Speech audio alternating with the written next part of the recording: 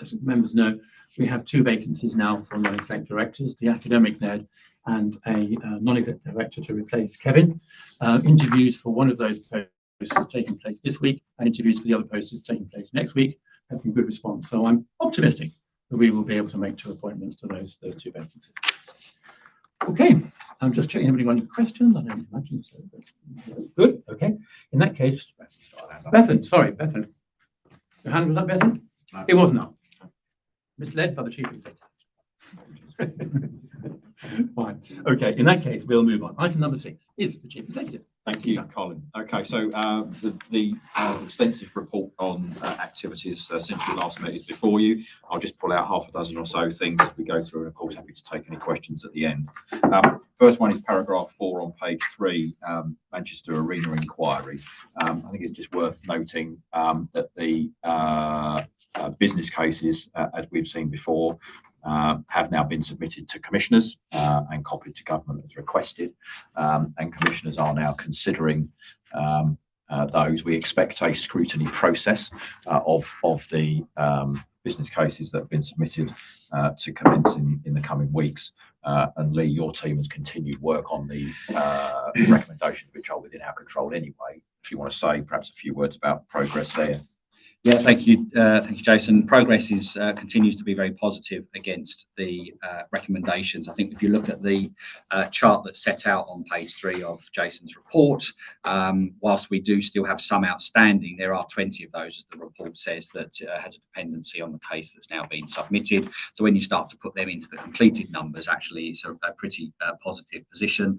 The team are continuing to work to try and close those that are remaining with us over the next 6 months, at which point we might be able to look at where best else in our business as usual arrangements progress can continue to be monitored. But nonetheless, our very small team on this have, I hope the board will agree, done a fantastic piece of work to date. Yeah. So next paragraph to pull out is paragraph 9, bottom of page 4, and this is just to raise awareness of the restructure and reconfiguration in the EMS coordination and organisational change process has been underway since July and is expected to conclude this quarter. What that seeks to do, amongst a number of things, is strengthen and add management capacity and depth into our 999 contact centres, which has been lacking for some time. We've invested in that. We've been able to invest in that this year to both principally support staff in those difficult roles, but also improve our ability to manage, what is a complex and dynamic environment. So I'm pleased that we've got good progress going on there, and that should come to a conclusion at the end of this quarter. The next one I wanted to draw out, if I can, takes us further into the report, and it's bottom of page 14, paragraph 70. This is just to congratulate those colleagues from the clinical directorates that were involved in the first ever pre-hospital maternity conference, which took place at the beginning of September in Birmingham. There was over 350 people from across the UK, and led by 2 of our people, largely led by 2 of our people, our midwife and one of Andy's team, one of our consultant paramedics. So that was really good to see us taking a lead in that event across the UK, first one of its kind. And indeed, we were, I think, recognised again this week, within the last couple of days, for the work that we've been doing on maternity by the Academy in terms of MPDS and the work around Protocol 24. I think good to see too. Page 18, at the top of there, paragraph 87, we've launched the digital plan, supported by a video from Johnny, which has gone out, which is great to see. We've had some good engagement and interaction with that already. So we'll be talking more about that in the roadshows coming up next month now, in a couple of weeks' time. So that's good to see that off and out in the organisation. And then the final 2, paragraph 106 talks about MPOX preparedness. Liam may want to say a few words about this, but clearly there's been some work going on behind the scenes to ensure we're ready to be able to manage any cases of MPOX should they eventuate here in the UK and indeed in Wales. We'll bring an assurance paper through Quest and then through to board in due course. But Liam, you might just want to say a few kind of highlights now for the board. Yeah, so as colleagues might recognise, we would already have plans in place to deal with any significant communicable disease outbreak. Those plans have been reviewed in light of the World Health Organization and the UK-wide advice on the 2 forms of Mpox that are prevalent globally and the 1 form of Mpox that is prevalent in the UK.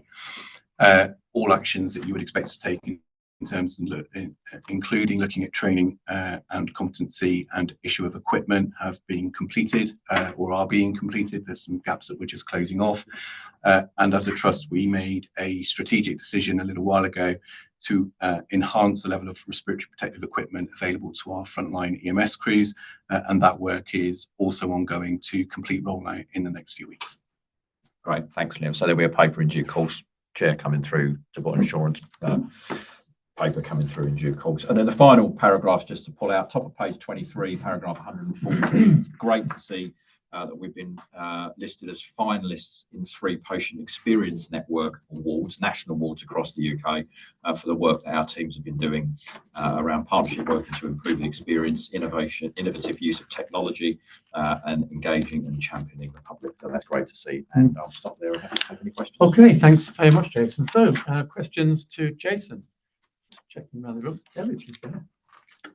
Thank you, Jason. Great report as always, and I think it just shows a lot of the progress and achievement. So I really welcome that. I had a question on the overall strategic level of collaboration across health boards. So when you read the report, collaboration and partnership is really evident, but at exec level, I suppose a bit curious about how that's going, because it very much feels to me it's quite a critical dependency in terms of the journey that we're on. Yeah, I mean, there's probably a couple of things to say. Rachel, you might want to comment about, the engagement that your team has from a planning perspective, with health boards at a local level. But I think I'll just give 2 examples, Kerry, of the kind of exec level engagement we have with the system, well, 3 actually. So I think the first thing to say is that all of our team, our directors, are part of the national peer groups. So we'll be in those peer group discussions with their colleagues from health boards and indeed the other trusts across Wales. Recently, we had a exec to exec discussion, strategic discussion with DHCW, just by way of an example, which has led to a couple of really exciting actually opportunities for us to follow up with them. And that's just one example of kind of the engagement we've got going on. And then more recently, Rachel and I, we were up in BCU on Monday, weren't we? This week, meeting with Carol. We're on our 2nd round of engagement discussions with the chief executives about what we've got going on and how we can more locally support their plans. So yeah, I think there's good dialogue and engagement at a strategic level. And perhaps, Rachel, you might want to talk about the kind of operational level with the planning team.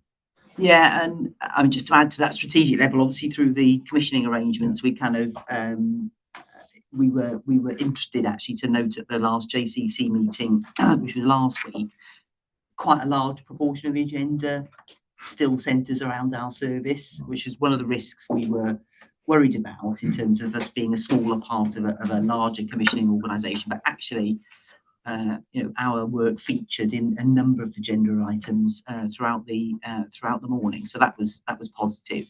I mean, from a local level, we've got from a commissioning perspective, we've got the what used to be called the ICAP meetings. They're being revised in terms of that, but they will be forums where the commissioners from a JCC perspective and the health boards come together with our local teams to discuss local priorities.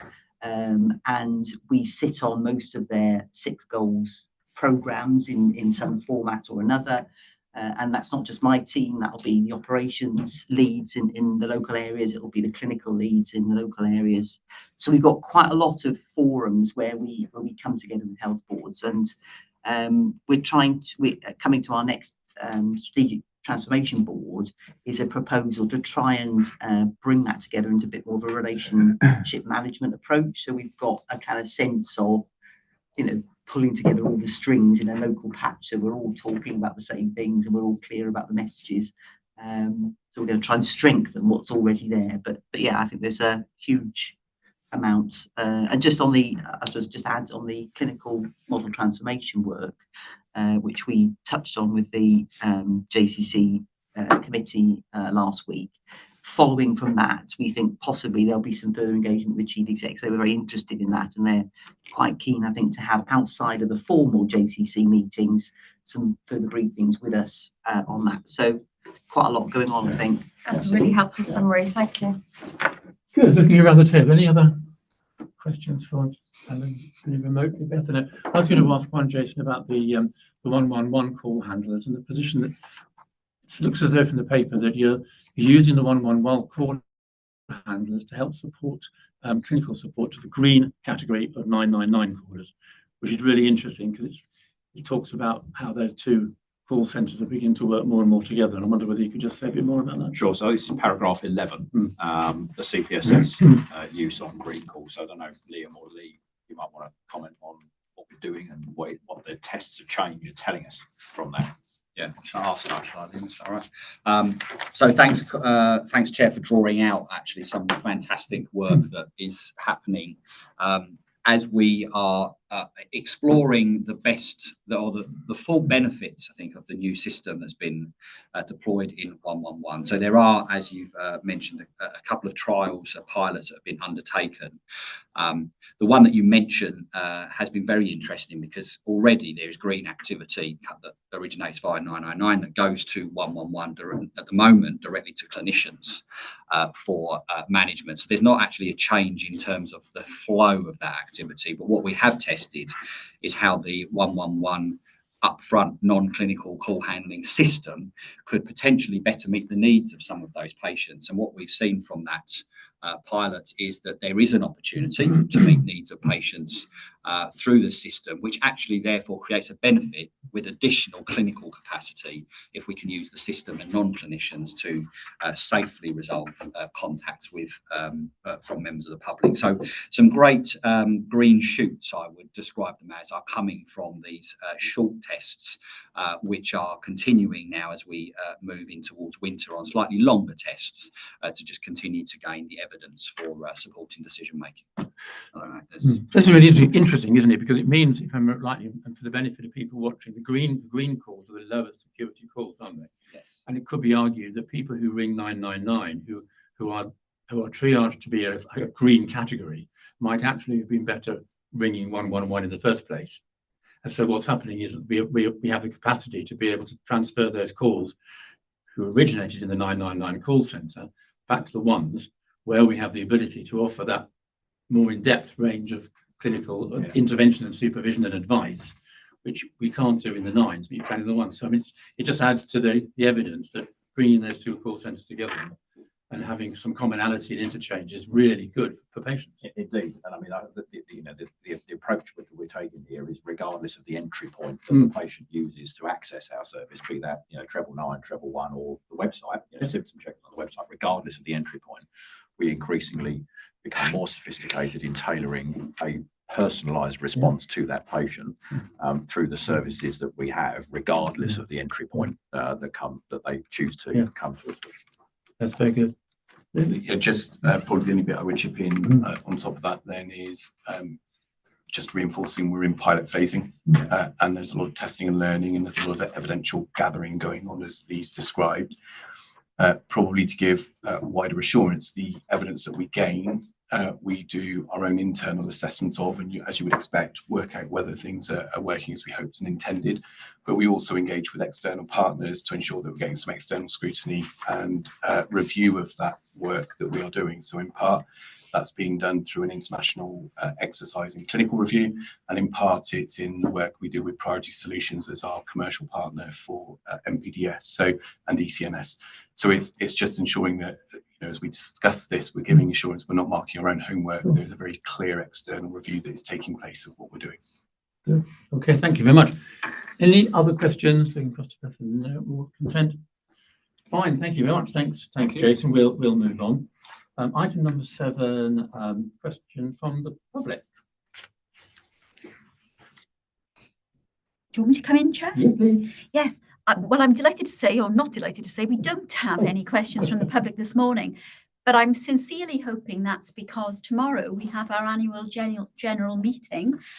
So hopefully our colleagues out there in the ether and watching us on the live stream are building up their questions for tomorrow morning. So for those of you who may have friends, family, neighbours, or again, those watching us who want to join us tomorrow, if you check out our social media streams and our website, you'll find details of how to join us tomorrow and lodge your question then at the AGM, Chair. Thank you very much, Estelle. Thank you. Okay, at this point, normally we would have a staff story, but it's convenient connecting with the AGM. We've decided to defer that till tomorrow. We're going to hear from some of our staff, particularly in connection with palliative care and mental health. So again, to repeat Estelle's message, do join us tomorrow for the AGM at 9:30 tomorrow morning. So we move on then to item number 8, which is back with you, Jason. It's a slightly revised version of our actions to mitigate harm. Thank you. So this is the first revised, as you say, Chair, paper on actions to mitigate avoidable harm for the board. Just to remind colleagues, and for the benefit of those which have joined us fresh today, the board's been receiving a report on these actions to manage and mitigate avoidable harm since the middle of 2022, and we took the opportunity in the last couple of months to refresh that, and this is that first version. So what we've got before us today essentially is a dashboard which supports this brief paper. That dashboard draws out the let me describe them as input measures, or things which affect or can have an impact on harm and avoidable harm for patients.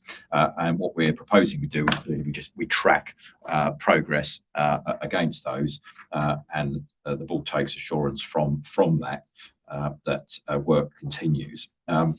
What we're proposing to do is close the previous action plan that supported the previous iteration of this paper on the basis that those outstanding actions continue to be managed in other work streams, such as through the IMTP, where much of the activity is taking place anyway. So there is some duplication from the IMTP into that paper. So it's before us today, noting that there are 5 of those proposed new measures which currently are rated red, one around sickness, one around the consultant close ambition, moving to 17%, and then 3 around capacity lost in other parts of the system, 2 relating to handover and the interface of the emergency department, and then 1 related to same-day emergency care capacity. So that's the paper, Chair. Happy to take any questions on it.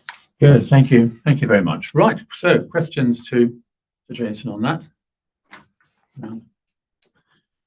Yes, please. Just one point. Thanks, Chair. Thanks, Jason. Really, really welcome. I think you touched on the point I was going to mention about duplication. It's partly getting my head around just to ensure that we don't, A, we monitor these areas in the right place, and B, we don't duplicate them. Are we clear in terms of the accountability and the reporting of this particular dashboard? Is it complementary to others? You know what I mean? Or is it, is it self-sufficient in its own right in terms of its own monitoring, assurance, reporting, and action? So I would describe it as complementary to others because it draws on information which we report in other places. Yeah. So some of this information in this dashboard is contained, say, in the MIQPR, which we'll look at later. But what this does is it brings together the picture of those headline measures which directly impact our ability to service patients in a timely fashion. So it's complementary, I think. In terms of governance, then, one of our subcommittees own this. You know what I mean? In terms of where it gets its due scrutiny and attention, does it fall neatly under one of our subcommittees, or is it a board issue only? This dashboard would be board only, right? But the detail underneath it would be in Quest or in F&P. Okay. Colleagues want to add to that? Yeah, I'm just going to, the history of this report is that it has been, because it's one of our highest risks, there's been a report on every board meeting specifically because the board wants to focus on that particular risk. So it has, but exactly as Jason said, it's quite a lot of that data is then replicated in the MIQPR, which has, you know, it's scrutiny for 3 different committees actually. And I was just going to say, I know we had a kind of brief conversation, Kerry, earlier, but I think this dashboard could be tweaked. Kerry had a couple of thoughts earlier. So this is the first. These are the indicators that have previously been in that board report, but actually I think there's some thinking to be done around whether they could be tweaked and changed. So, for example, Kerry had a good sense of, you know, yes, it's important to note how many people we get to within 8 minutes. The flip side from a harm perspective is how many people we don't get to in 8 minutes, or how many people wait a longer time, you know. So actually we could tweak some of these indicators to slightly focus in a slightly different, more pinpointed way. So I think it's a good point that Kerry was making earlier. Yeah, I think if I could just come in on that point. So for me, you know, if you look at the dashboard in terms of the top 2 KPIs, the first one just reports on where we've got there in 8 minutes, but actually as a board, you could argue, well, I would argue that our focus is better spent on where we haven't, and what can we do about that. So I think having that transparency around, you know, the red and amber would be really helpful. And also, just on Peter's point, you know, I remember when I started and we were elevating through Quest and F&P, and I can see Bethan wants to come in, that actually this provided the board with a lot of assurance that because of the level of harm and the challenges that we were facing across the system, that, you know, I certainly felt it was important that we had this focus here, despite much more of the longer conversations happening at the committee level. That's right. Bethan, shall we come to you? Thank you, Chair. Diolch. Kerry's made the one point, or Rachel made the point, one of the points I was going to make, which is around, for me, it's the numbers that we don't get to that really give us the picture and the data we are considering. I think this dashboard is a really good step forward. I accept that it's work in progress.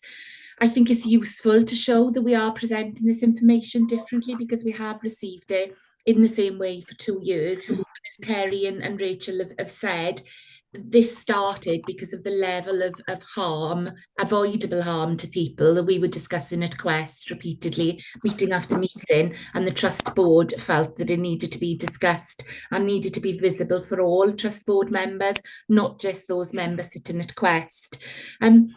I think this dashboard is really interesting because when I looked at this, I was thinking, it shows clearly there are ongoing pressures, system pressures. We know that, and there's more work to do because avoidable harm is continuing. However, I think what it also does, showing us the 2-year average and then the figures for July and August, it shows there have been improvements. So particularly when I look at the immediate release directives, you know, if you look at the 2-year average and compare with July and August's figures, then there's been an improvement.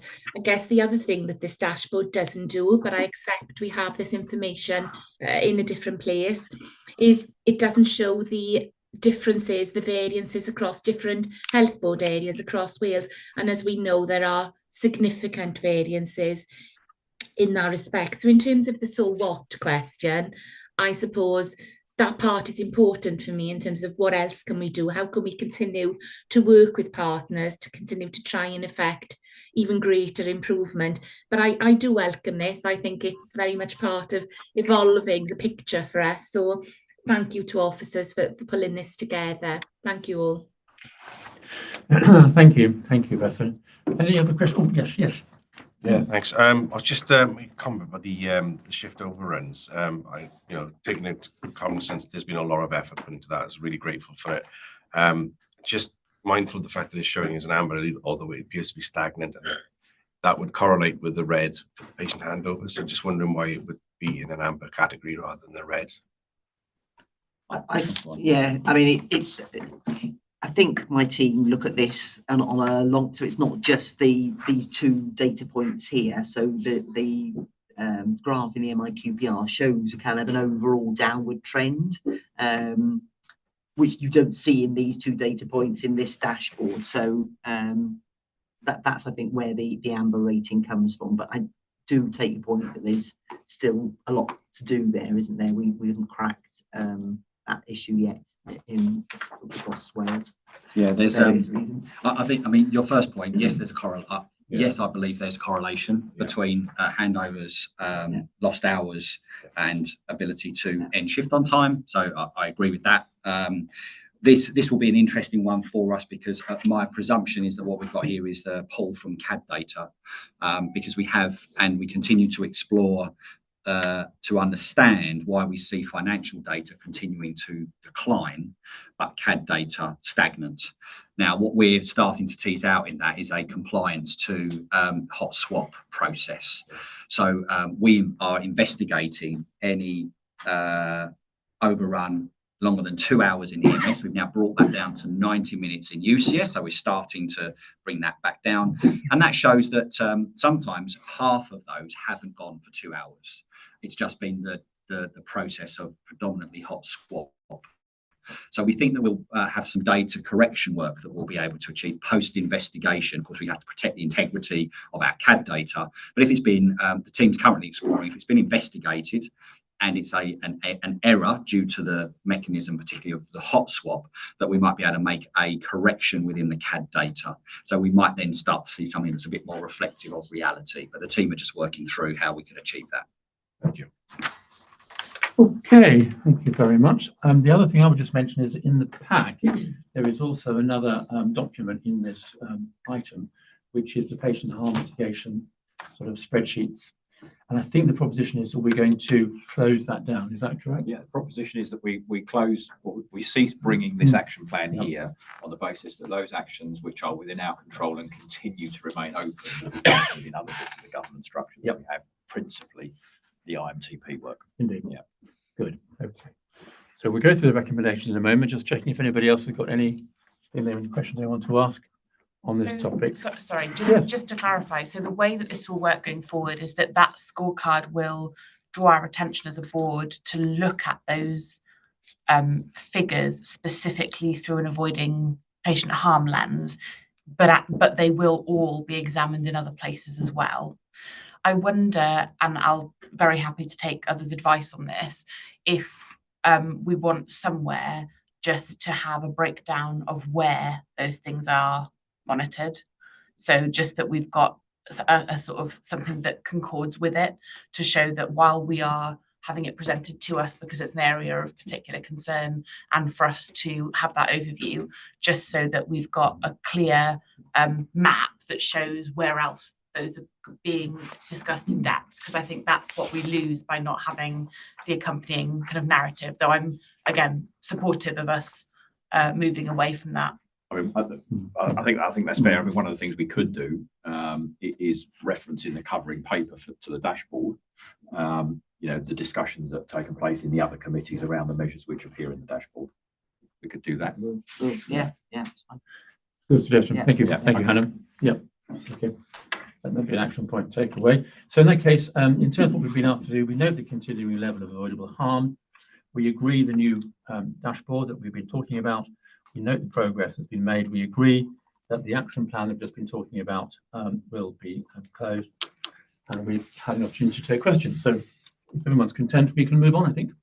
I think, Colin, if I could just say, I think what we've talked about is some changes to the We dashboard. have. So, so Yeah. we're not approving what we've seen, but it's going to be revised and come back, isn't it? I Yeah. assume, yeah? Yeah, No. I expect, Colin, we'll go through a couple of iterations of this in the next Yeah. few meetings to get it exactly right. So I would expect us to see a revised version on the next No, that's occasion. Yeah. I think to be accurate, what we're doing is we're approving the move to this Yeah. kind of a dashboard with the understanding that it will be evolving over time. Yeah. Okay, thanks so much. Okay, item number 9, then to you, Rachel, to the MIQPR. Thank you. Yes, so just to note for anybody watching that the MIQPR, as you said earlier, Colin, goes to all of the committees, and they have a responsibility for particular indicators within this report that they focus on in some detail. So this is the kind of the final endpoint for the paper at board. A couple of things just to mention in advance. The first is that we are being told that the new Cabinet Secretary and the First Minister remain focused on delivery of performance within the health service. I think that's just, I mean, it's good to see. We would want health, the Welsh Government to be focused in that way. So it remains important that we as a board continue to focus in the same way. Second thing I just wanted to draw out, which is in the paper, is just to note the areas where we've got some issues with data quality at the moment. So we've pulled out 3 areas. There are some ongoing data definition issues more in the 111 space. So you'll see in the report we haven't got data kind of right up to date with some of those 111 indicators, and work is concluding at pace to get that corrected or agreed, rather, the definitions. And the second bit is the some of the clinical indicators, the quality indicators, and I think Liam, you've already referred to this within the Quest committee, and there's a plan of work underway which will come back to Quest to confirm what is being done in that regard. And the third one is around our APP data, and that is an issue that has arisen because we have quite a manual way of recording who's an APP and then relating that to the activity data. So Johnny's team are working on that at pace at the moment as well, to make sure that we get that data correct as well. So the data is still in there for APP data, but just to note that it doesn't, that there are some issues in terms of data quality which we're working on. So having said all of that, just to pull out, obviously we've touched on some of the EMS data items in that last paper, but in terms of 111, I did want to pull out, because it's been a concern, the call abandonment rate. So colleagues will remember that as we went live with the new system, our call abandonment rate increased considerably, and there was a concern from commissioners and from ourselves, obviously. But as we had originally identified, that is coming back down, both as staff become familiar with the system, but also as we're back on track with recruiting additional call handlers into the team, who are then able to answer that call in a timely fashion. So that is as predicted, and it's good to be able to assure commissioners as well of that trajectory. So that's a good news story. The other one I was just going to pull out was the stat and manned. Our target is to get it to 85%, and it's not quite there. It's 84 point something percent, but to be fair, it's been a trajectory of improvement, and I think thanks go to colleagues and managers across the organisation who've really supported the increase there. So other than that, Chair, as I say, it's been through the various committees, and happy to take any questions on any of the detail. Okay, Jason. Thank you. I've just got 3 things to pull out if I can, and perhaps I'll ask a couple of colleagues just to comment on these. So slide or page 6, red performance indicators, the bottom left-hand graph, which talks about the correlation or shows the correlation between lost hours and red median performance. Just perhaps worth drawing out, Lee, and you might want to say something about this, that we have seen some reduction in lost hours through the summer, and what we can see there is a directly correlating improvement, albeit we're still off, but improvement in the red median performance as a result of that. It may just be worth saying a few more words on that.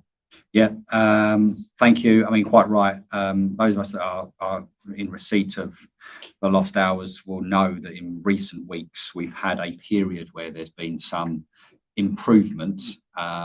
It still remains high. I don't want to mislead. The quantum still remains high. However, it has been down. And again, as Jason said, the chart absolutely draws out the correlation, direct correlation between capacity lost and our ability to respond in a timely way. So it has been pleasing to have had that occur. We wait to see if it shall be sustained. Thanks, Luke. Second one, Chair, if I can, was on bundle compliance. So Andy, you might want to say something about this. This is slide 9, and colleagues will remember we've had some challenges with bundle compliance, particularly as we introduced EPCR over the last couple of years. But what we can see here coming through is improving compliance on the STEMI bundle and also on the stroke bundle. Around, if you want to add anything to that. Welcome. Thanks, Jason. Yes, you can see we initiated the plan around March, April time of this year. And if you look at the bundle compliance across most of the clinical indicator bundles, we see that trend line going up significantly, very significant in some areas like neck, femur and stroke, where you've got that continued improvement.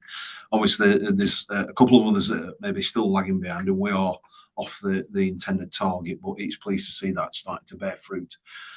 We've got the roadshow coming up next month, where we'll have another push again with some more steps within the plan to move us forward. So it's pleasing to see that continued rise. And also, if I just draw attention to us ROSC outcome as well for August, which was 24.2, which is one of the highest we've ever had in terms of that output. So definitely positive progress, still a way to go, but positive progress in the right direction. Thanks, Andy. And then the final one, Colin, if I can, was on slide 22, which was just to the previous conversation about overruns. So, David, this might be helpful for you. Accepting we've still got a long way to go on this, a long way to go for the experience of our people. But what that does start to show is that clear trend of improvement coming through in a reduction in the duration of those overruns when they occur. Thanks. Good, thanks, Jason. So over to questions. Kerry, first of all. Yeah, just a quick question, just going back to the RED performance and handover delays. So when I was in the ODU, the Operational and Delivery Unit, with the vice chairs, there was an 84-year-old lady who'd been 28 hours waiting. And, you know, I think it's just really stark, isn't it, at times when, you know, obviously a lot of people in this room are living and breathing this, but, you know, occasionally as a non-exec director and a vice chair, you know, you visit somebody and you see that and hear a little bit about it. And I think it's really hard. But my question was, Lee, just in terms of your optimism as we're coming into winter on the handover delays. So really good that, you know, there's been some improvements, but just wonder if you had any assurance, I guess, or any optimism as we move into winter. I mean, the reality is there was a downward trend through summer. The trend has reversed and it's starting to return. So that does scupper, I'm afraid, the level of optimism of the weeks to come, because of course it's likely to become more pressured and stressed in the system. So I'm afraid I'm not particularly optimistic. I think holding very much on, though, of course, to the winter gone compared to the winter previous, we certainly are a long way from the 32,000 hours that were lost in December 22. I have optimism that we are not likely to see that this winter, because last winter was certainly an improvement. But I'm not. But I fear we may have experienced the best the year has for us. Okay, Johnny.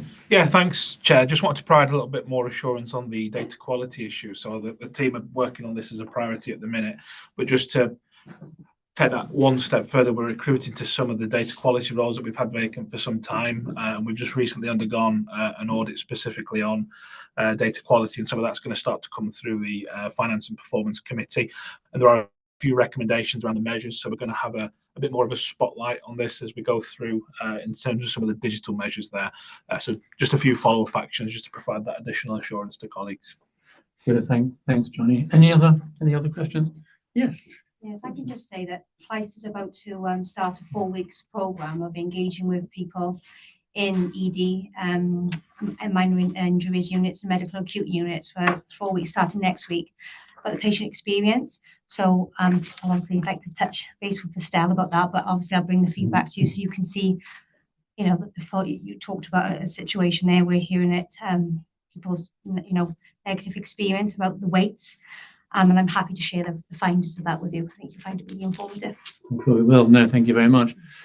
Okay, I think by way of summary, it is perhaps just worth highlighting again. It is amazing, isn't it? I mean, we've been saying for a long time that the red response rates is primarily influenced by handover delays, and the graphical representation here gives absolutely clear confirmation that is right.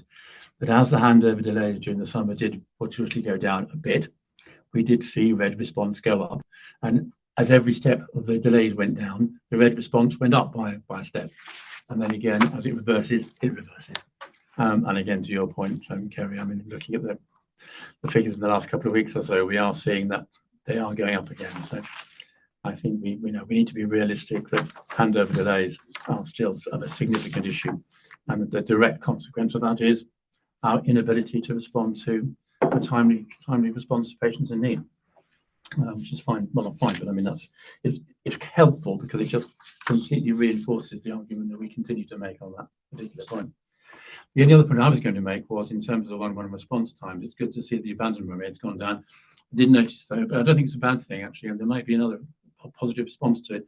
I did notice that it is taking longer to answer calls, but that may well be a function perhaps that the call length is longer, because if people are taking slightly longer on calls, then maybe it takes a bit longer to answer, if you see what I mean. I don't know whether it's worth reflecting, but anybody's got any reflections about that. Yeah, I think in the early days of the system deployment, yes, Chair, we know that the handling time extended, unsurprisingly, with the new system. Handling times now, however, have recovered.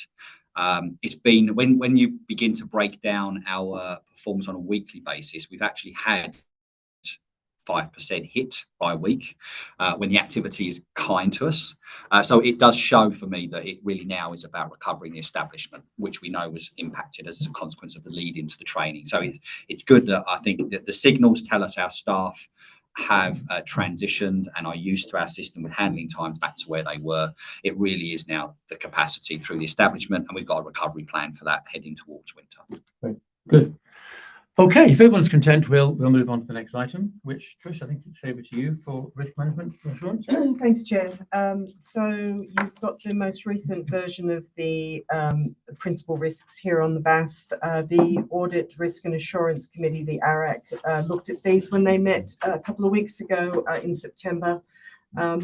Just on the risks 223 and 224, that's the focus of the paper that we had one before, which was the avoidable harm paper.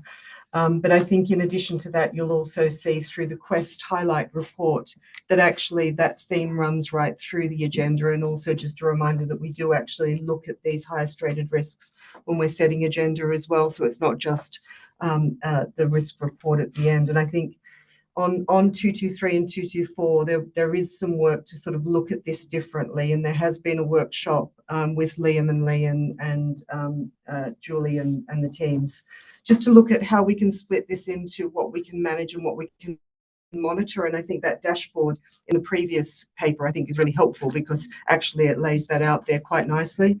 And I think that there's been some good work to sort of start categorizing, what's external and internal. So that work will continue. So I think that's helpful.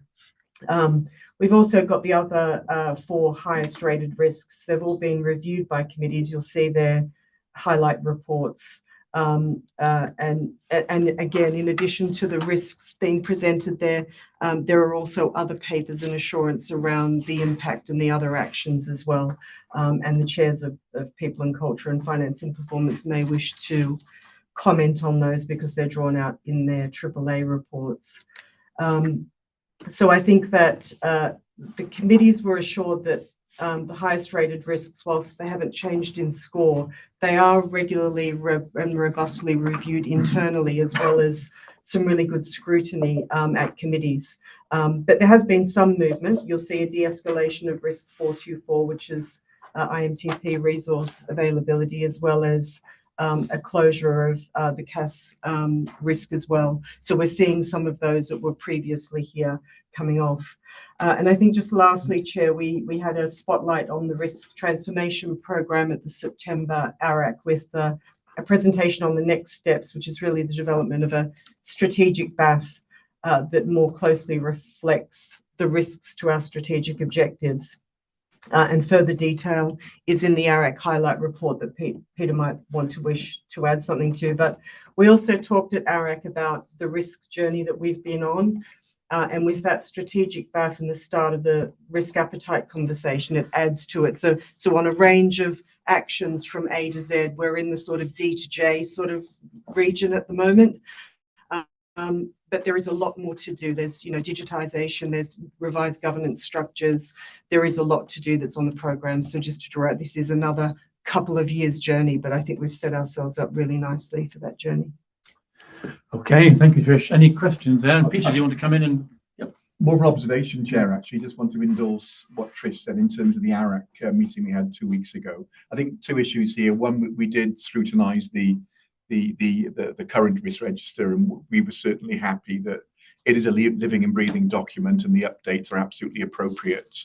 The developments are very, very exciting, and I think we'll come back to that when we discuss the committee. But this issue of differentiating between what we can control and can't, I think we are getting there, and we'll talk later about the better alignment of strategic objectives to strategic risks will necessarily draw out those issues that we can control and those that we can't. So we are on a good journey. I'll come back, if I may, Chair, to that. But just to say, in terms of the current position, we were certainly satisfied as an ARAC that these risks are being managed appropriately. Good. Thanks so much, Peter. And as you say, you'll be talking about your committee in more detail further down in the agenda in the normal way. Any other questions to Trish? So, I mean, just in terms of governance, we're asked to note the same position as continuing positions of 223 and 224, which are the patient harm risks, the reduction in the risk 424, which is the resource risk, the closure of the 619 risk, which is the CAS 111 system, which has now been installed. We've received the assurance that the risks are continually monitored, and we note the findings of mitigations and actions. So if we're all content, we will move on to the next item, which is finance, I think. So item number 11, over to you, Chris, I think. Thank you, Chair. Just a quick few items from me to draw out from the paper which you have, which hopefully I can take as read. As is the kind of general pattern now, this builds on a fairly detailed presentation that I provided to F&P last week, which we had quite a conversation. I don't know, Peter will come in on the back of that in a sec, on the year-to-date and forecast, particularly the revenue position of the trust. Continues, as you can see, a good delivery of balance month on month and forecast year-end balance position as well, underpinned by good delivery across each of the directorates and savings delivery, which is obviously good to see. Two things I just wanted to highlight, I guess, the capital plan, because the focus tends to be on revenue often, and there's a slightly more detailed update of where we are for the capital plan this year, but I'm mindful that there's little yet in terms of the actual delivery against that, and given we're halfway through the year now, I want to bring that through. So next time there will be more detail of and to provide further assurance, the words say that we are assured that we have the plan to deliver the funding that we've secured from government, and we have every confidence and good track record of doing that on the bottom line. But what I want to bring through next time is some update at a bit more granular level of the actuals against that, and where there will be inevitably, as it always is within a capital plan, some shifts within that bottom line value in year. And there's one or two which I'm aware of that we're seeing a little bit of a slippage in one scheme, and we're going to accelerate some spend that would have been spent next year in another. So I'll explain that a bit more when we bring that through next time. And the final item is just on the risks, and again, take it as read, but just to note, I guess, I'm not need to go through it in any detail now because we did it at F&P, but I'm obviously happy to take questions on it. But to note, building on what I think we've highlighted previously, the status of the rebanding of technicians and where we are with the business cases being submitted to that, the way in which we've reported the risk of that cost in year to date, where we're able to shift that risk a little bit this time, even since writing this and since the month 5 we've met as an executive finance group last week, so that will shift even further into month 6. with the requirements, certainly very much so for the recurrent support that we need for that is pretty much as per the business case, and just as we've been able to sort of manage some elements of it ourselves in year, but still a residual amount that we need funding for to continue to balance. As I say, the figures move slightly further from that, even at the point of like in this August over there. But that is still a risk that we will still have to continue to manage and mitigate through the rest of the year, depending on levels of funding that might be available to us. But certainly something that we will need to be pushing hard for in terms of recurrent support, because the costs can't be covered at all on a recurrent basis, and all the reasons that you can see in the paper for being able to shift a little bit of that risk downwards this year were non-recurrent and not a sustainable position going forward. That was it for me, Chair, and I'm happy to take questions. Okay. Well, thank you very much. Peter, did you want to? Yes, just again, thanks, Chair. Just again to give reassurance, we discussed this at depth last week at F&P, and certainly we were, very commendable for the finance team and everybody for ensuring that the spend very much equates to budget. So that system of control clearly is there. I think that's evidence, isn't it, on the table on page 7. You can see most of the yellows there, and Chris spoke a lot about the various directorates and the close budgetary control. So yeah, that's very, very good. I only have one question that's come out from yesterday, and it's I guess added to the list of Welsh Government funded activities. The pay award, which I understand now has been agreed at 5.5%. In terms of the funding of that, are we at any risk that we're not going to get that fully funded? Not at all. No, it's been reconfirmed further. I was at Finance Directors on Friday. One of my current interim deputies was at the Deputy DOFs on Tuesday, where both, I think as expected, a little bit more level of granular detail at Deputy DOFs. It was confirmed again that the impact of the pay award in all its guises is the headline 5.5% uplift, but there's some nuances within it around introducing additional pay points into certain bands, etc. as well. All of that will be fully funded on actual cost in Europe across the NHS. Okay. Thanks, Chair. Okay, no, good. Again, I'm sure we'll hear more from you, Peter, on that when we come to the committee feedback sessions. Okay, any other? This is a game of many moving parts, isn't it? And trying to keep it all together. Once again, we're heading towards balanced budget. Looks like, fingers crossed, which is really good news. And I think also to shine a light on the fact that the savings which we've been asked to make again appear to be being made, which again is not an insignificant result, given that it's the second or third year we've been asked to make significant savings. So I think we should all congratulate the team in doing that. Yeah. Okay, thank you very much. So in terms of finance, what are we asked to do? We're asked to note, again, assurance in relation to the financial position, delivery of the savings plans, note the capital programme, and note the month 4 and 5 Welsh Government monitoring return submissions have been included within the appendices, all of which we do. Great, lovely, thank you very much. So we'll move on then to item 12, which is back to you, Rachel, the integrated medium-term plan, IMTP. Thank you, Chair. So first up, just to pull out the fact that the IMTP has been approved. We had that approval in August with 3 accountability conditions. There's always some accountability conditions in any approval of an IMTP, and you'll see those on page 2.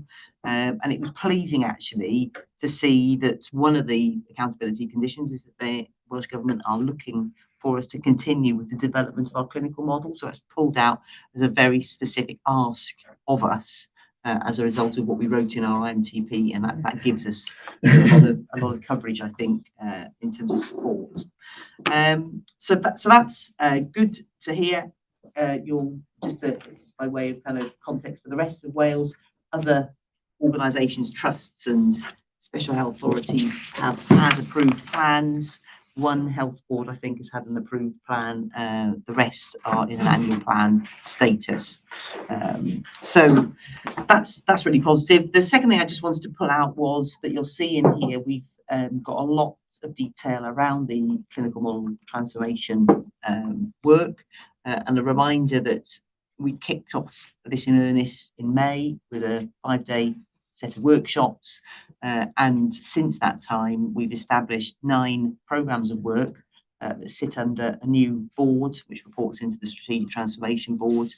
Each of those 9 work streams has got a series of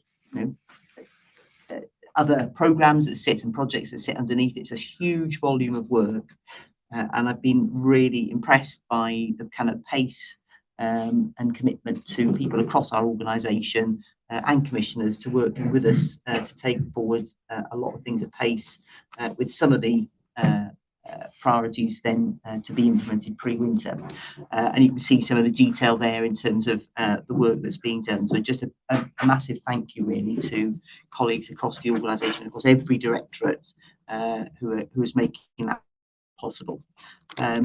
So that's there if anybody wants to kind of raise any questions. And just in terms of the engagement on it, it's probably useful to note that a number of us are meeting with Welsh Government colleagues later today after board to go through our clinical model transformation work and just to kind of seek their kind of ongoing support for some of the detail there. And Angela might want to note that we've got a really full engagement plan that Estelle and team have just about finalised now, where we're looking at how we come out to the public, how we come out to staff and other stakeholders as well. So it'd be really good to work with you, continue working with you on that. The other thing I was just going to pull out, Chair, is that you'll see in here, this is the first time where we are trying to link the actions that we're taking in the IMTP with, the measures or the performance measures that we were hoping to impact on as a result of the action. So we've kind of got a couple of sections there about turning the dial. If you remember in the IMTP, we had that concept of what are the dials we want to be turning as a result of this kind of long-term strategic work that we're doing. I don't think that's quite there yet, but it's the first attempt to try and link performance and action a bit more clearly in this report, and I think that was discussed then at the Finance and Performance Committee, but a bit more work to refine some of that, but a good first step. So I think I'll stop there and happy to take any questions. Yeah, thank you very much, Rachel. So any questions or any comments from anybody?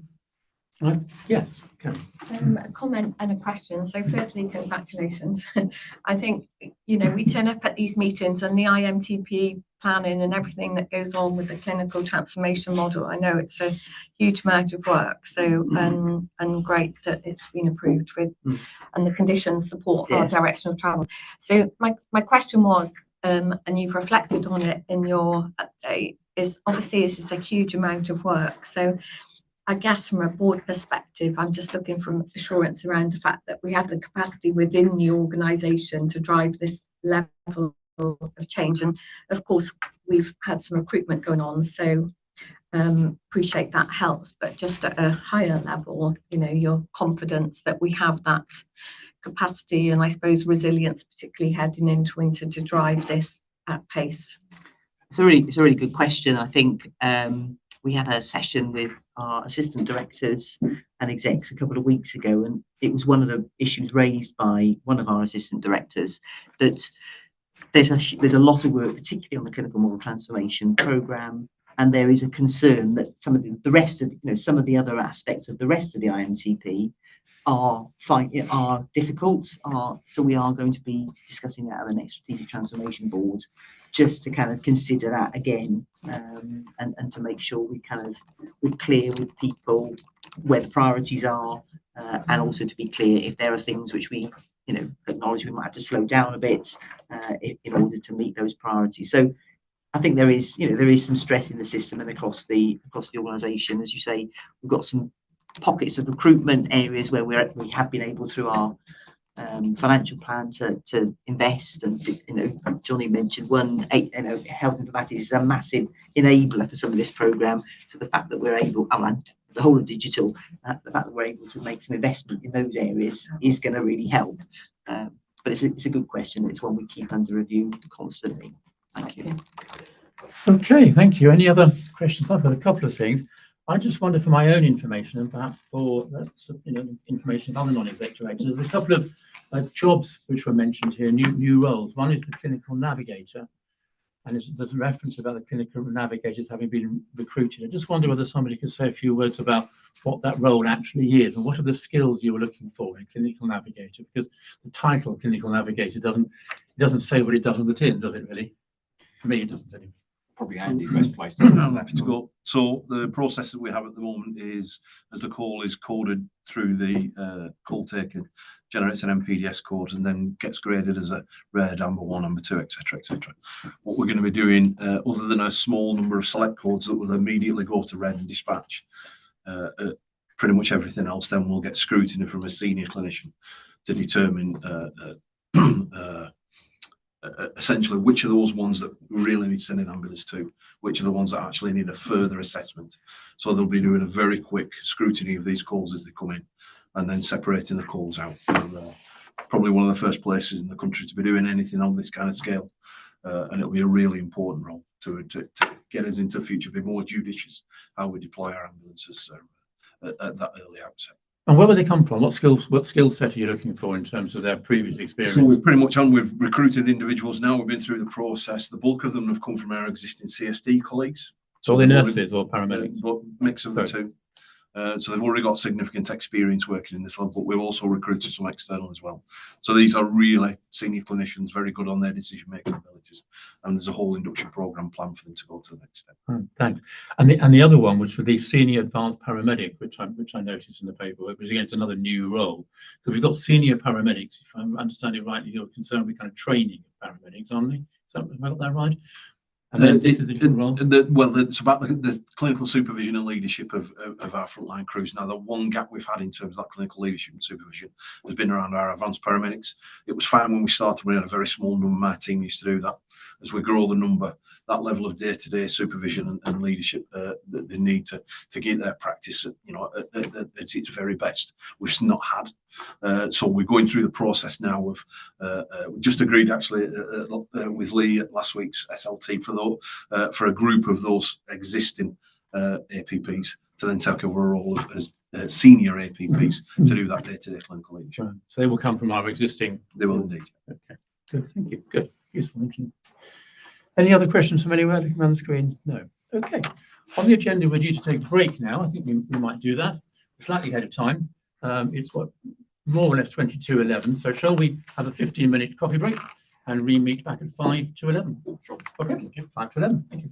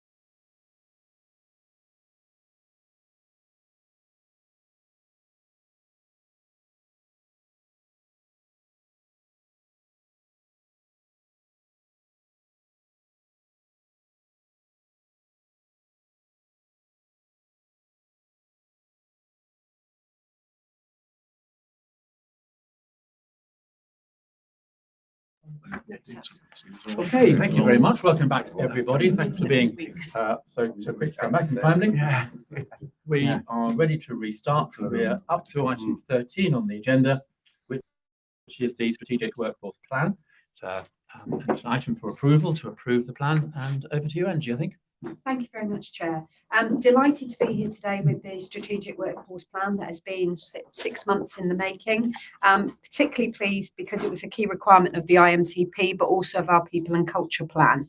A couple of key points I wanted to just reference is to say we shouldn't be viewing this in isolation. And I think Jason earlier talked about policies, processes that complement each other. And this most definitely complements those other key documents that I've just mentioned, but many others as well. So really keen that colleagues recognise that, but also to bring your attention to the fact that we've deliberately tried to keep this high level, digestible and accessible to a wide audience, which is not an easy thing to do with the strategic workforce plan because it can often fill people with a sense of doom when they think about it. So again, when you are, I hope having read it and looked at it, you can see that the purpose is around making sure that people can understand what we're trying to achieve. But I do need to give the board the reassurance that behind it is a huge amount of data and evidence and information. Just a couple of other key points to make before we open it up for comments, feedback. The engagement for the development has been extensive over 6 months, internally and externally. And of course, we use the standard 6-point methodology that's been adopted for development of strategic workforce plans across NHS Wales. We've also made sure that we've taken into account the Welsh Audit Office recommendations last year when they reviewed all strategic workforce planning approaches across Wales. And whilst we came out with reasonable assurance at that time, they did give us some recommendations and we have incorporated those. I can give you the assurance as well of the approval route that's been taken with the plan, having gone to the executive leadership team, the People and Culture Committee, and yesterday we also used the opportunity at a partnership forum to go into a bit more detail and talk through some of the broader impacts and risks that are referenced in there. What I am pleased to also tell you, it will be the first organisational specific strategic workforce plan in the NHS in Wales. What we do have in Wales is, through HEIW, a significant number of profession-specific workforce plans, but there is nothing yet out there in terms of an organisational one. And having talked to my peers in the HR director workforce world last week, there is a real desire to use our work as a template to start developing that organisational lens, because we recognise what we've talked about in our plan is exactly the same challenges that our colleagues across the NHS are experiencing. And actually, unless we work collectively and in a system-wide way, we are going to struggle to address some of the issues. So just wanted you to be aware of that. And again, in particular, I would point you towards the 4 objectives that we've outlined and hope that they reflect in a broad enough way what we're going to focus on, obviously reference the risks. And again, just to give you that final level of assurance that once this is hopefully endorsed, the internal governance routes around making sure it stays relevant, dynamic and live will be done through our integrated strategic workforce group. So happy to take questions, Chair, but really hoping that colleagues will be able to endorse today. Thank you very much. It's a really interesting document. So questions or comments or statements? Yeah. Hi. Thank you, Chair. Just comment from me. So first of all, thank you, Angie, to you and your team for all the work on that. As you say, there's a huge amount of work that clearly underpins that. I've seen and been involved in a lot of strategic workforce planning in the past. And for me, it's really comprehensive, but succinct. I think it's got all the core components that I would expect to see in a strategic workforce plan. And I can see that you reflect the external market as well. So I think it was a really good balance there, and certainly something that I would think a lot of people can sort of just reference, I think, as we go forward. So thank you. Thank you. Thank you, Jane. Any other? Yes, Gary. Just to say that People and Culture Committee welcomed and endorsed the plan, and also I think there was the recognition there that this is really fundamental to our longer term strategic vision. So just wanted to add that, Chair. Good, thank you very much.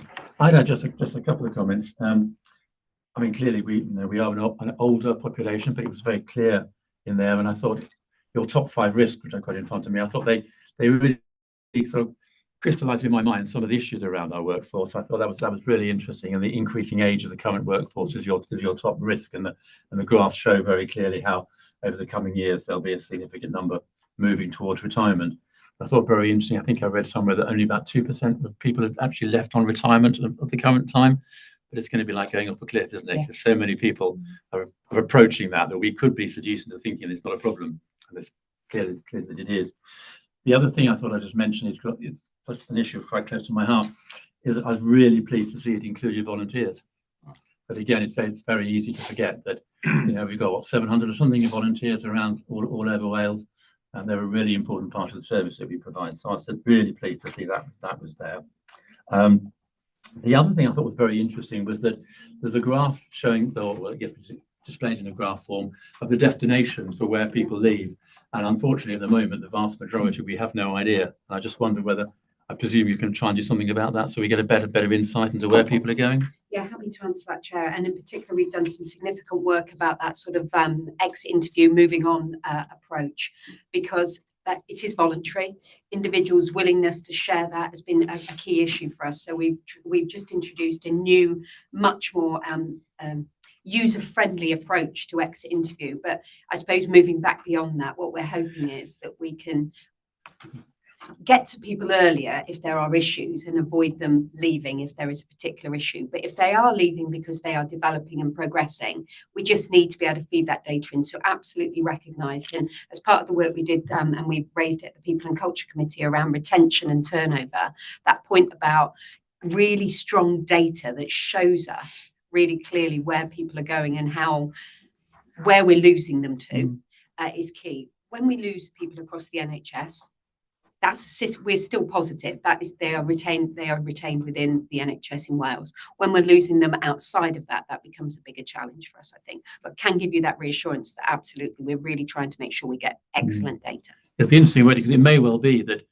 it always seems to me that we've got two very different populations, well, we've got lots of different populations, but particularly two populations within the call centre, a population which tends to be fairly fast moving by nature, because call centres, whether it's in NHS or whether it's in insurance or any finance or banking, they're similar environments. They tend to have a higher turnover. They tend to have lower age individuals there, so they tend to be more movable, as it were.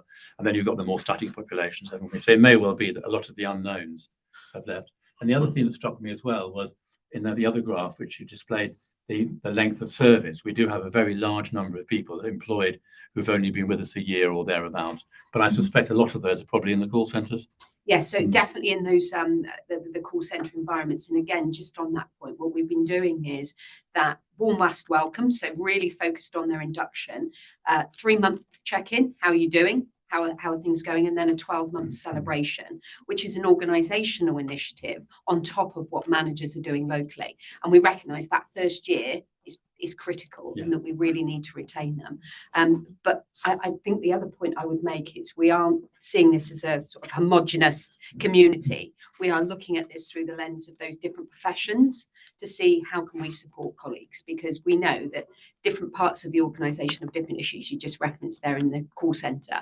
I was working with Andy this week about that paramedic workforce. We've been talking about our nursing workforce. So really trying to get a lens of the organisation through a profession route is probably the best way we're going to address some of these risks. Very good. And the only other point I was going to make was an issue which I'm seeing in another place I'm involved in is a distinction between people who are working from home and people who are working in offices and the impact of hybrid working. I'm not sure whether I missed it. I might have missed it, but did you reflect anything about hybrid working and the impact or the differences in terms of retention and support to people who work predominantly at home? I don't think it's referenced in the level that it would really stand out to you. What I can say is it's one of the things that we've been thinking about more generally in the organisation, in terms of when you hear about people needing regular support, regular check-ins, it is different, which is why I come back to those different parts of the organisation. We're also just at the moment ready to share, we're going to bring it to the executive leadership team about some principles of hybrid working, because I don't think we are not in the space of saying we want to direct or mandate, but we do recognise we probably need more around key principles that people, particularly leaders, should be thinking about when you are managing people in a hybrid way. Because you're right, that sense of connection and that sense of, how do I know if this organisation values me can be much more problematic if somebody is hybrid. No, I think that's right, because it's very easy for us, and I think, it's fairly natural when you think about the ambulance service to think about people at the front line, to think about people in the call centre who are working all the time in full view. But actually, an awful lot of our support services in finance and IT and so on are actually potentially working from home, governance teams and so on. And I know, there's a lot of research now beginning to emerge about the consequences of working from home. And although for some people it suits them very well, for others it doesn't. And if people can make the choice appropriate to what they prefer, that's fantastic. But if actually people who would prefer to be in office are more or less forced to work from home, it can create all sorts of issues and problems, which are sort of new to the workplace. And it's interesting because we've had this conversation with our digital recruitment, where actually if we didn't offer a hybrid solution, we wouldn't be able to attract people. And again, that's the beauty of this, is about making sure that we think about that point again, about what type of profession, what role are people doing, and listening to what those people say. But actually, exactly right, that research around really being clear where hybrid is absolutely right and where it perhaps isn't. But we've had some success definitely, and I know with our digital recruitment, by being able to offer that sense of flexibility. But yes, so I think the world's moved on. I think for a while there was a kind of Rees-Mogg argument, wasn't it, about you should all be at home or you should all be at work and you should all come into the office and so on. I think actually people have gone beyond that now and have recognised that actually hybrid working can be very effective. But actually you've got to manage differently, and you've got to support people differently, and you also have to be alert to the fact that not everybody necessarily thrives in a home environment or thrives in a work environment. So it's about positively managing it and being sort of in charge of it rather than just letting it happen by default. And just on that, in terms of the work that we're doing around leadership development, our WAST way, a key part of that is how do you lead virtual teams? How do you lead in a hybrid way? How do you lead colleagues that you're working with every day? Because we've got to do that, haven't we? That's right. Okay, good. Thank you very much. Okay, any other comments or questions about that? Yes, Estelle. Thanks, Chair. Only one observation really that I made at the exec team when we discussed this, which is, it's a sort of kind of two-part observation really. One is that we've always been a pretty positive employer. We've not really struggled to recruit. As we look at the workforce demographic, the age demographic coming forward, the post-pandemic legacy, the NHS narrative, etc., it may become more challenging for us. That hybrid working thing, I was just listening to something on Radio 4 quite recently about encouraging teachers potentially to work 4 days a week and 1 at home to catch up with admin as part of a shortage of teacher recruitment, making it more attractive. When graduates are making choices, they're making choices that are in jobs that are not necessarily 5 days a week in the office. And the other thing is, we've talked a lot in the first half of today's meeting about how we reprofile this organisation, the type of work that we're going to be doing in the future. That will need a different type of employee, not the traditional ambulance service type of employee. And actually that means both engaging with young people on what those opportunities might be, but also with education providers on the nature of how they train the professional of the future. And also picking up Johnny's experience recently, which was very positive on digital recruitment, but actually making sure that people are cognizant, both for us as WAST and in the broader NHS, about the types of roles that we actually have on offer, because I think people understand kind of clinical roles. They know nurses, doctors, paramedics, therapists. They don't really understand HI specialists, HR specialists, OD specialists, comms people, planners, all those people that we need. So I think there is going to be a challenge for us in terms of our position in the marketplace as part of that wider NHS in the future. So we just need to be mindful of that and start planning for it. No, thanks, Phil. I think that's right. And actually, the other couple of points that I sort of just come back to my mind was that struck me. I hadn't been aware of, I should have been probably, the reduction in school leavers and the fact that actually there's a shrinking pool of people potentially coming into the workforce in Wales, particularly perhaps. So we're probably more wide than not just Wales, I guess. And I think that point around the economically inactive and the impact of that, particularly in this, in Wales. And I think that's why the work that we've been doing more generally about making this a great place to work, ensuring that it becomes more critical, but it's also, to Estelle's point, we are competing with lots of other employers to ensure that we are an attractive organisation. And interestingly, what I would say is, whilst all the work we've been doing around culture change, and if you think about some of the media press around ambulance services more generally, we are seeing people still applying for our roles. We are seeing people engaging with us and saying, actually, part of the reason we're applying is because we've seen you be so visible around this. But there are risks associated with it, aren't we? Yeah. And it is a much smaller pool. Yeah, and the other thought that occurred to me just as you were speaking there is that if you want to be a paramedic, there's a fairly limited number of places where you could apply for, because you want to be a paramedic in a paramedic organisation. If you want to be in finance or in HR or in IT, you could work just as well for Waitrose as you could for Welsh Ambulance. Although it would be so much better here. Well, of course. No offence, Waitrose. But we do need to bear that in mind, don't we? That our employment practices and the way we look after people actually has to, for certain parts of our workforce, has to mirror the wider economic environment, not just health service provision. And then Welsh language was the other thing I was going to mention as well, that I was surprised to see something like 24% slight increase in the numbers of people who have a reasonable level of Welsh language competence. So, good. Okay, so I think we're, oh yes, Hannah. Just so I think the it looks really, really good and really positive, and it's great to see the depth of thought. I think one of the things that is on my mind particularly is I suppose the vast amount of change that we've seen between generations around expectations of work and what people are looking for. And I think you've alluded to that. One thing I'm quite mindful of is that at the moment, obviously, and because it's how it happens usually with seniority, people making these really important decisions are of a very different generation than the people that you're looking to enact them in time. So I just wondered what your plans are in terms of I don't know that it's exactly consulting, but sort of taking some advice from I suppose people who might come into this category, some of our younger workforce, but possibly also a focus group of university leavers or school leavers from elsewhere. I just wondered kind of what your plans were around that. Yeah, happy to give you, and really opportune, because we've been talking about that under our umbrella of equality, diversity and inclusion, but also we have a variety of networks in this organisation. And if I particularly think about our Voices network, which is very diverse, very sort of demographically diverse, but also our student population, particularly of those newly qualified paramedics, but also the first students. Andy and I were with the first year students last week before, talking to them, asking for their opinions, getting them to challenge us, because you're absolutely right. We have to be really mindful. We were in a meeting yesterday where a colleague referenced the fact that we were all quite mature in a polite way.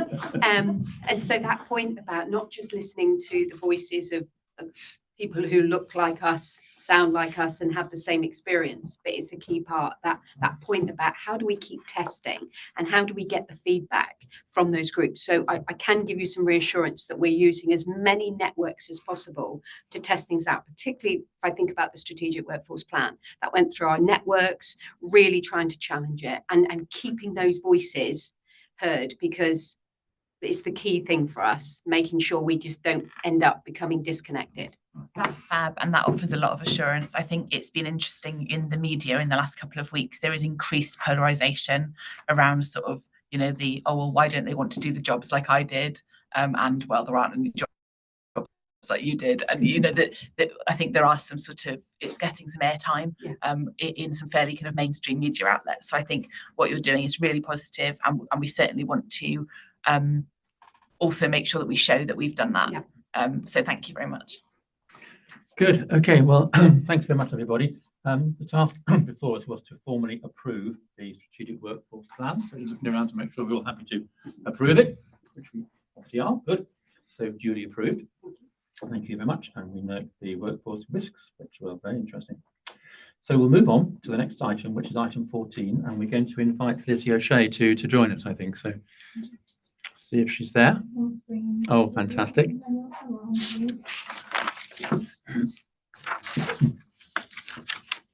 Yes, that'd be great. Yes. Lizzie, can you hear us? Okay? I can hear you. Can you hear me? Yes, I can. So a warm welcome to you. And I think Angie's going to give a little introduction.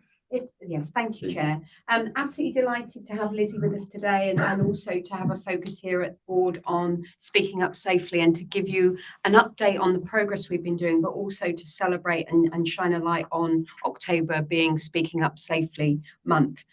Lizzie's been with us now, I think about 4 or 5 months, although I've told her, that means she's, been here forever. We're absolutely delighted to have her. She brings with her a wealth of experience, and I'm absolutely thrilled that she has an opportunity to share some of that learning, but also promote what we've been doing to the board. So over to you, Lizzie. Thanks so much, Ange. So, yeah, first of all, thank you as well from me for allowing Speaking Up Safely to be on the agenda this morning. I think it shows a real importance to the organisation of how seriously we are taking wanting to hear our people's voices and what is going on in our organisation.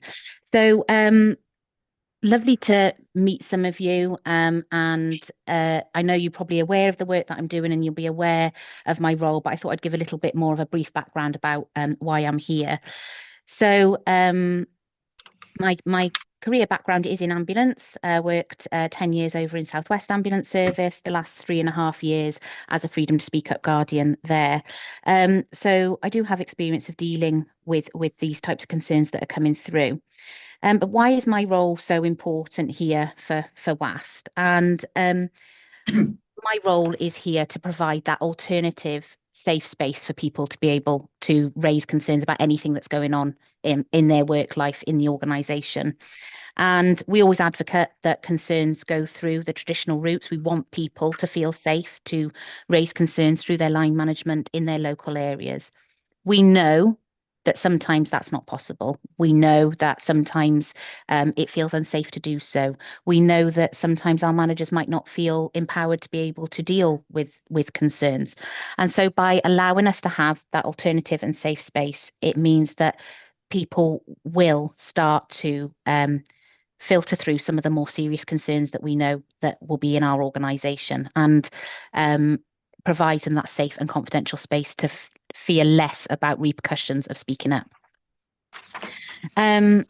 So what have we implemented since arriving? And it has only been just about 4 months, Ange. Don't keep making out that I've been here forever. But so far, one of the most important things I think we've implemented is a secure and safe confidential database. So I have the ability to record all our concerns that only I have access to, where we can then start to see themes and trends of where pockets of culture might be concerning us. And obviously we've got low numbers at the moment with me only just arriving.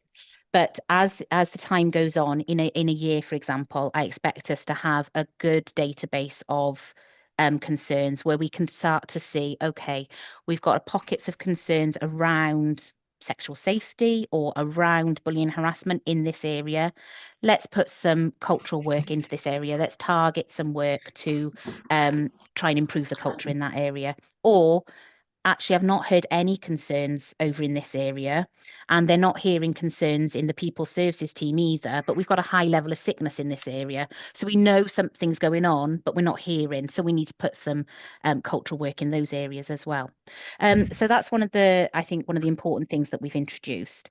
The themes that we're starting to see in my short time of being here through Speaking Up Safely is probably around incivility, around how our colleagues behave with one another, and some already starting to see some pockets of culture where we can definitely make some improvements. I'm also seeing that there is a real fear for our people to raise concerns, to be the one that is brave enough to say that this is happening in the organisation. And when I first arrived, there was people were using the anonymous platform quite frequently. As I'm starting to get people are starting to get an idea of who I am. Still, we're at the very, very beginnings of it. The anonymous levels are dropping slightly to people feeling like they can come to me in a confidential manner. And we'll have to see whether that is a coincidence or whether that will be a trend that will continue. But one of the fears I'm also hearing is from our managers or our leaders in the organisation around the ability for people to raise anonymous concerns, and whether they're how do we handle that, and is there a malicious element to that? And I think from the paper you can see that actually the myth that everybody's coming anonymously and it is not there, that actually most people are coming confidentially or openly, which is a good thing. But what the anonymous concerns do allow for is some of those really deeper, more concerning concerns to come through, and for us to at least know what's happening in our organisation and see if there's ways that we can tackle some of that behaviour. So moving on then to Speak Up Month, been asked to talk a little bit about what we're doing. So every year, October is Speak Up Month. This year, the theme is the power of listening. So I know you've read the paper, but some of the things that we're doing, we've got a good, strong comms plan in place. Myself, Angie, Jason, and Laura Stevens, our network chair for the Culture Champions, have created a great video that really narrows down and explains quickly what Speaking Up Safely is and how people can access it. So we'll be sharing that out. And something that I'm hoping to do is get out there and speaking to our people, getting them to know who I am, whether they feel that I'm a trustworthy person to share concerns with. And only yesterday was I in Llangunna call centre, and it really reminded me of that one EMD that's sitting there taking calls. They don't necessarily see siren, they don't necessarily see everything that's going on. How do we get to those people? How do we get to those people to let them know that they have a safe place to speak? And it's getting out there and speaking with them. That's the only way sometimes we're going to be able to get to these people. But also it gave me a stark reminder of how big our organisation is and how wide issues could be going on out there, and how we really need to uncover some of the deeper, darker stuff that is happening. And also the big thing was, as I drove over to Carmarthen and driving through Powys, it was a stark reminder of, my goodness, how do these people access healthcare here? No wonder people, it's a struggle for people, such a vast area. And I think as somebody that works in the corporate side, it was a real reminder of what it's like for the people that we are hoping to help, the majority of people that will access my service. So some of the asks for you in a bit more detail. So obviously Speaking Up sits in the People and Culture Directorate, but my work or our work in Speaking Up Safely will affect all your directorates. Ultimately, at some point, it is likely that something will come through in your directorate. So if you want to understand Speaking Up Safely in more detail, please put in a meeting with me. We can talk in it in more detail. I'm happy to come and talk to teams. I've started that in the Operations Directorate, talking with heads of services, locality managers, DOMs, around what it is and how they can access the service, but also how they can support the people that they're leading on how to access the service, or if they're going through something raising concerns. So yeah, come and talk to me, or I'd happily talk about Speaking Up Safely all day long. The listen and learn sort of events that we're trying to encourage leaders to do in the organisation in October. It would be great if you could encourage your teams to sort of host something like that. We are putting some comms out around how people can do it, but ultimately it's just putting aside dedicated time, half an hour maybe, with the team to just ask that big cultural question of, how does it feel round here? If they could start with something like that, how does it feel around here? And allow that open dialogue between teams of what's working well, what improvements can be made, how can we help people feel safer to talk to their teams, to talk within their teams, just some low level changes that might make a day-to-day difference for our people. And then something that would be really great is to hear the board's commitment, and for our people to hear the board's commitment about this want and desire for our organisation to become a place where we have a good speak up and listen up culture, where people feel they can be heard, that they will be listened to, and something will be done about it. And so my ask is for every board member here to send me over a pledge of how you personally will commit to creating a speak up and listen up culture in WAST. And then hopefully we can maybe create a nice poster or some info, some comms to share that with the organisation for them to really realise that we are wanting to hear people's lived experiences in WAST. So I hope that's given you a bit of a brief around about Speaking Up Safely, what we're doing in October, and I'm happy to take any questions. Lizzie, thank you very much indeed for that, very comprehensive and a really interesting paper report. Andrew, do you want to add anything? And I'm going to come to Kerry, maybe see if she wants to add anything. Only just to say thank you, Lizzie. I know that was, tough. It's your first time meeting everybody, and so thank you very much. And again, we know we're at the early stages of really trying to embed this approach, but the commitment is there, and I hope this gives that level of assurance to the board. So, yeah, I think you came to PCC, didn't it, Kerry? Yeah, well, it's an ongoing priority for PCC. I guess what I would add is that I think PCC have taken lots of assurance around, I think particularly the senior level commitment that, Lizzie's in post, and that actually people are speaking up. And we've said at board several times, it's important that whilst that is negative, that actually we want people to speak up. So as we see those numbers rise, that we should take confidence in that. And Angie, I think you talk about potentially 2 years before that starts to come the other way. So I think we've taken lots of assurance from this work. And yeah, I think it's really helpful that we're thinking about, what is the pledge? I guess there's something for me around how when we go out as non-exec directors and do visits. So it seems quite obvious about how you talk about this, but I wonder whether there's just something, maybe a couple of bullet points. So there is a bit of consistency in it. I think that might be helpful. Thank you, Kerry. So opening up to any other questions or comments anybody wishes to make. Damon. Yeah, thanks. Thanks, Lizzie. I just mindful as you're speaking that we haven't actually touched base. So as a reminder for me that we need to get in touch. I mean, a lot of these things cross over with a lot of the work that we do as trade unionists in respect of people coming up to, tell us about their issues and things.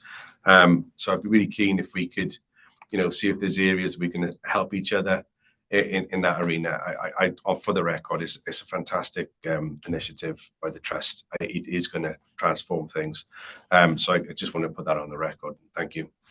Thanks, Damon. Thanks, Damon. Thank you. Hannah. Hi, Lizzie, and yeah, nice to meet you, and great to hear about the work that you're doing.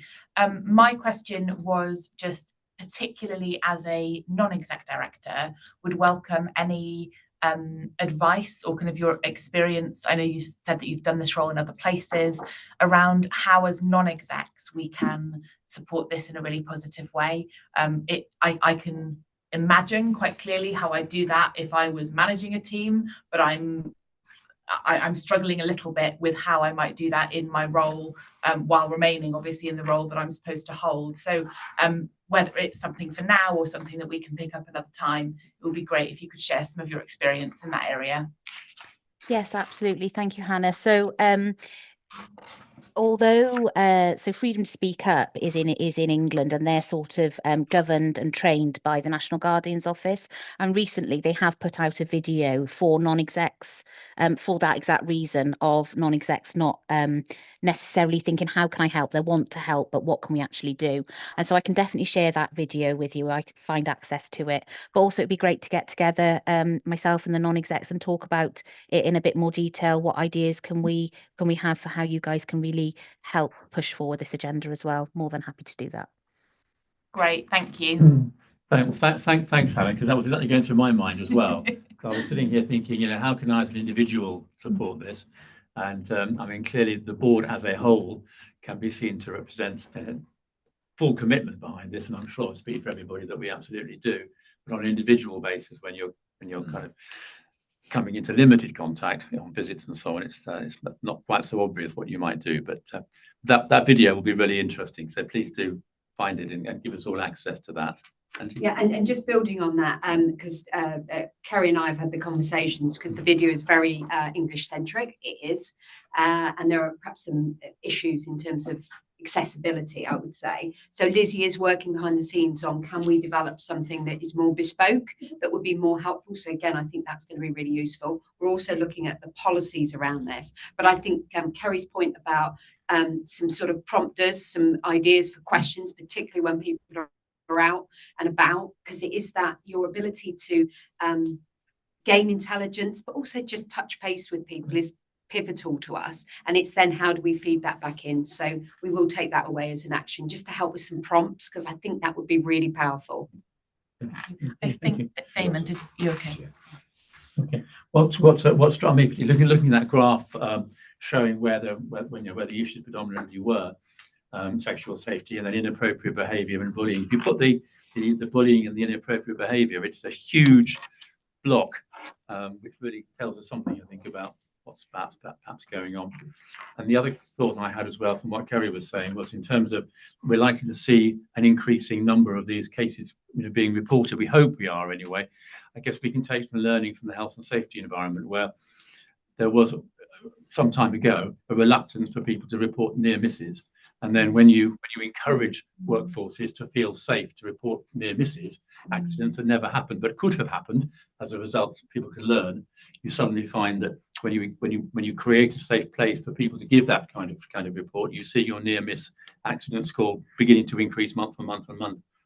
It's not suggesting that you're becoming a more dangerous place to work. It's suggesting quite the opposite. But you've got to see through the data to understand what it's telling you. And the fact that we see more of these may not tell us that it's getting worse. It may just tell us that we've got a more open environment where people are able to speak up. So we need to interpret that right. Yeah. Just on that final point that you were making there, Chair. So Lizzie, I'm sure you will be connecting, if you haven't already, with Wendy and Claire in my team, who are both leading work around near miss reporting at the moment. So I know that there's lots of connections that we're making organisationally, but near miss reporting is something we've got a real focus on from a quality and safety perspective as a development area for us across the organisation. So I'll just kind of nominate that out and make sure that Lizzie's connected in. Brilliant. Thank you. Okay, just looking around to make sure I'm not missing any hands anywhere. I think that's yes. Can I just say one other thing? I think there is a problem that there is a challenge with the training. Angie's referenced it. So Lizzie and I have had an email exchange. I've raised it with HEIW, but I think I did the 4 different modules, and I think there's room for improvement. And it's not only about being England centric. So if we do, if training for senior leaders is a priority, I think we need to look at how, whether that's HEIW, but if this is an important issue for us, which it is, I think we probably need to take an action to. And I could just come back. We absolutely recognise it. We are potentially a bit further ahead than quite a lot of the rest of the NHS in Wales in terms of the Guardian infrastructure, the frameworks, etc. So Lizzie is connecting, and we're connecting through HIW to say this is something we need it. We think it's really important, so we want to help drive that. So it's absolutely on the list of priorities. Okay, thank you very much. There's a quite a long list of things we're required to do from the governance perspective. I won't read them all out, but essentially it's about noting this and supporting the various activities, the October activities, but also the longer term activities as well.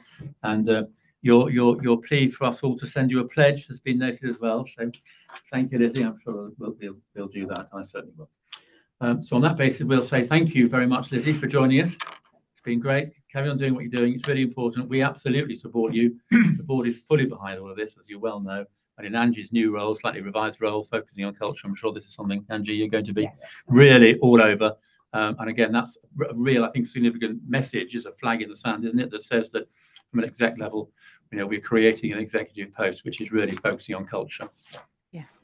Okay. Thank you so much for having me. Thank you. All right. You're very welcome. Nice to see you. Thank you. Thanks, Lizzie. Right, we move on then to item 15, our grilling. Thank you, Chair. So the board's got before it the report from the Welsh Parliament Health and Social Care Committee dated August, which follows an appearance that you and I had, Chair, along with Andy, at a general scrutiny event held by them in May this year. The report sets out 7 recommendations which the committee have made. Some apply directly to us and some apply to system partners. As you would expect, we've already begun to consider our response to those recommendations. We've discussed it a couple of times in the executive leadership team already, and a couple of the recommendations have also been considered in more detail in Lee's Ops Directorate structure. The paper sets out what we're proposing to do with each of the recommendations and asks the board to note that we'll bring something back in due course to provide an update. Indeed. Okay, thank you very much. So any questions, any comments from anybody in relation to this? I think it's very interesting. I mean, recommendation 2 about the 8 minutes was interesting, which reflects our general thinking about that. Another recommendation, I think it reflects the fact that this committee actually, I think, you and I went into it thinking that it was perhaps going to be a fairly benign conversation about things. It actually turned out to be a more forensic examination of the performance, but also the way in which Welsh Ambulance sits within the wider sector, I think, as well. So I'm beginning to recognise that the ambulance service can do more than just convey people to a hospital. So I think that's a positive thing to recognise that the politicians recognise that, as well as the professionals within the health system. Any other comments, questions? Just quickly, in terms of follow-up then, do you need to reappear, as it were, or are they asking for progress reports? So what's the feedback loop? Yeah, so we haven't been invited to reappear, but we expect we will do probably on an annual, in 12 months' time. But there is an ask for a written update to the committee on progress of the recommendations, and we'll make those updates in due course. Yeah. Okay, I think that's straightforward. So we can move on. We're just after note that, which we duly do. So item 16, EMS operational transformation. Rachel. Thank you. And it's a real pleasure to bring this report, which was discussed as well at length at the Finance and Performance Committee. Having talked earlier in the IMTP paper about the new transformation programme that we have got underway, sometimes I think we work at such a pace that we kind of finish work and we put it to one side and crack on with the next thing. So it's a really good opportunity to reflect back on actually the transformation programme that the organisation has been undertaking in relation to its EMS services in the last few years. And I think as execs, when we look back at all the things that have been achieved over the last few years, it's really quite impressive, I think. So this, I know Hugh, my Assistant Director of Commissioning and Performance, presented this paper to F&P, and he was the SRO for this transformation programme and did such a brilliant job of bringing together colleagues from across the organisation. And this report is a lengthy report, but it sets out, I suppose, the scale of what was achieved and some of the outcomes that we got from it. So in terms of the scale, a huge recruitment efforts. We were very fortunate to secure quite significant investment from commissioners, and it allowed us to increase our frontline staff by 343 full-time equivalents. A difficult part of the programme was to re-roster all of our frontline services, and I know that was something that it took a long time. The trade unions worked really closely with us on. It was difficult, but what it did was ensure that our rosters aligned with the demand patterns that we saw coming in. And actually the efficiency gain that we got from that was the equivalent of about 72 people. We had a new type of response, the Charu response, which replaced the RRVs. That in itself was a huge, again, programme of work in terms of developing the service, training, recruiting people into the new, and then people who've been doing RRVs for a long time. That was again quite a difficult time for some people, but I think through Hugh and the team managed well and sensitively. And also we did a lot of work on increasing the numbers of colleagues in our CSD, and we're able to increase the consultant close rates. I think that Hugh would kind of probably say this, the disappointment in terms of this programme is that pretty much all the actions that we'd set out, we did. But the outcome, which was meant to be, improving our response times in particular, didn't come to pass, as we know and we talked about in the MIQPR and other reports. And that's because the system around us changed at the same time that we were undertaking these actions, and in particular, as we know, the impact of increasing handover delays meant that we were, the capacity we were putting in was then lost in terms of that part of the system. But I think the kind of, I suppose, comfort that Hugh draws is that it would have been a lot worse if we hadn't done all of these actions. So that, that I think is some comfort. But I just wanted to pay credit to Hugh in particular, that he had a team of people around, and including Damon and trade union partners as well, who really worked through some tricky issues together, and just, I think, was a really good demonstration of how, as an organisation, when we work together, we can achieve, really great things, which gives me comfort and confidence then as we embark on this new transformation programme. So happy to take any, questions of detail, but I think it's just, as I say, mostly here as a reflection of, a really good piece of work that was done across the organisation over the last few years.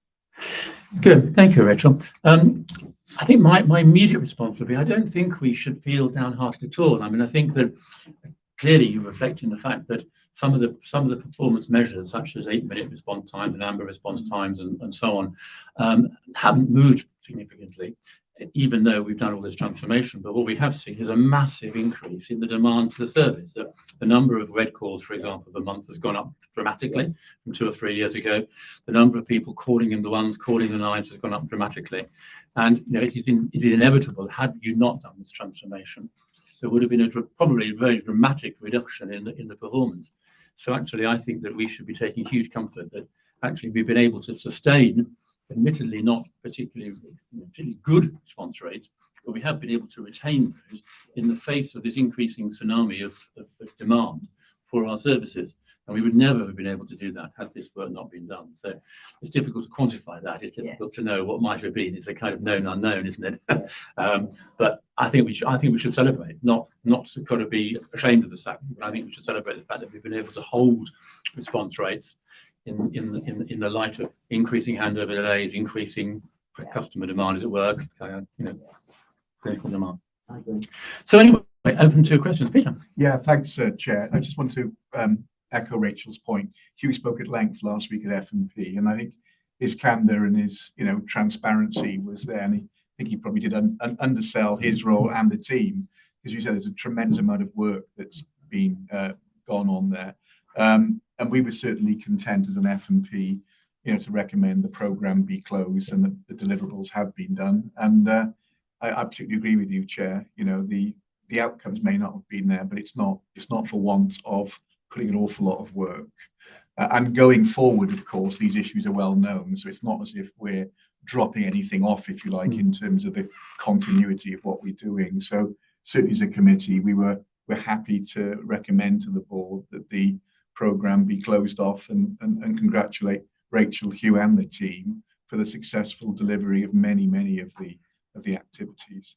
Good, thank you, Peter. And I would just come back on this issue around it not been met, because I think in retrospect, when the transformation was being delivered, it might have been the case that if you had sufficient clairvoyancy to anticipate the dramatic increase in demand for our services, you might have set an objective which would have been closer to holding things steady, in which case we'd be sitting here celebrating the fact that you actually had met the objective.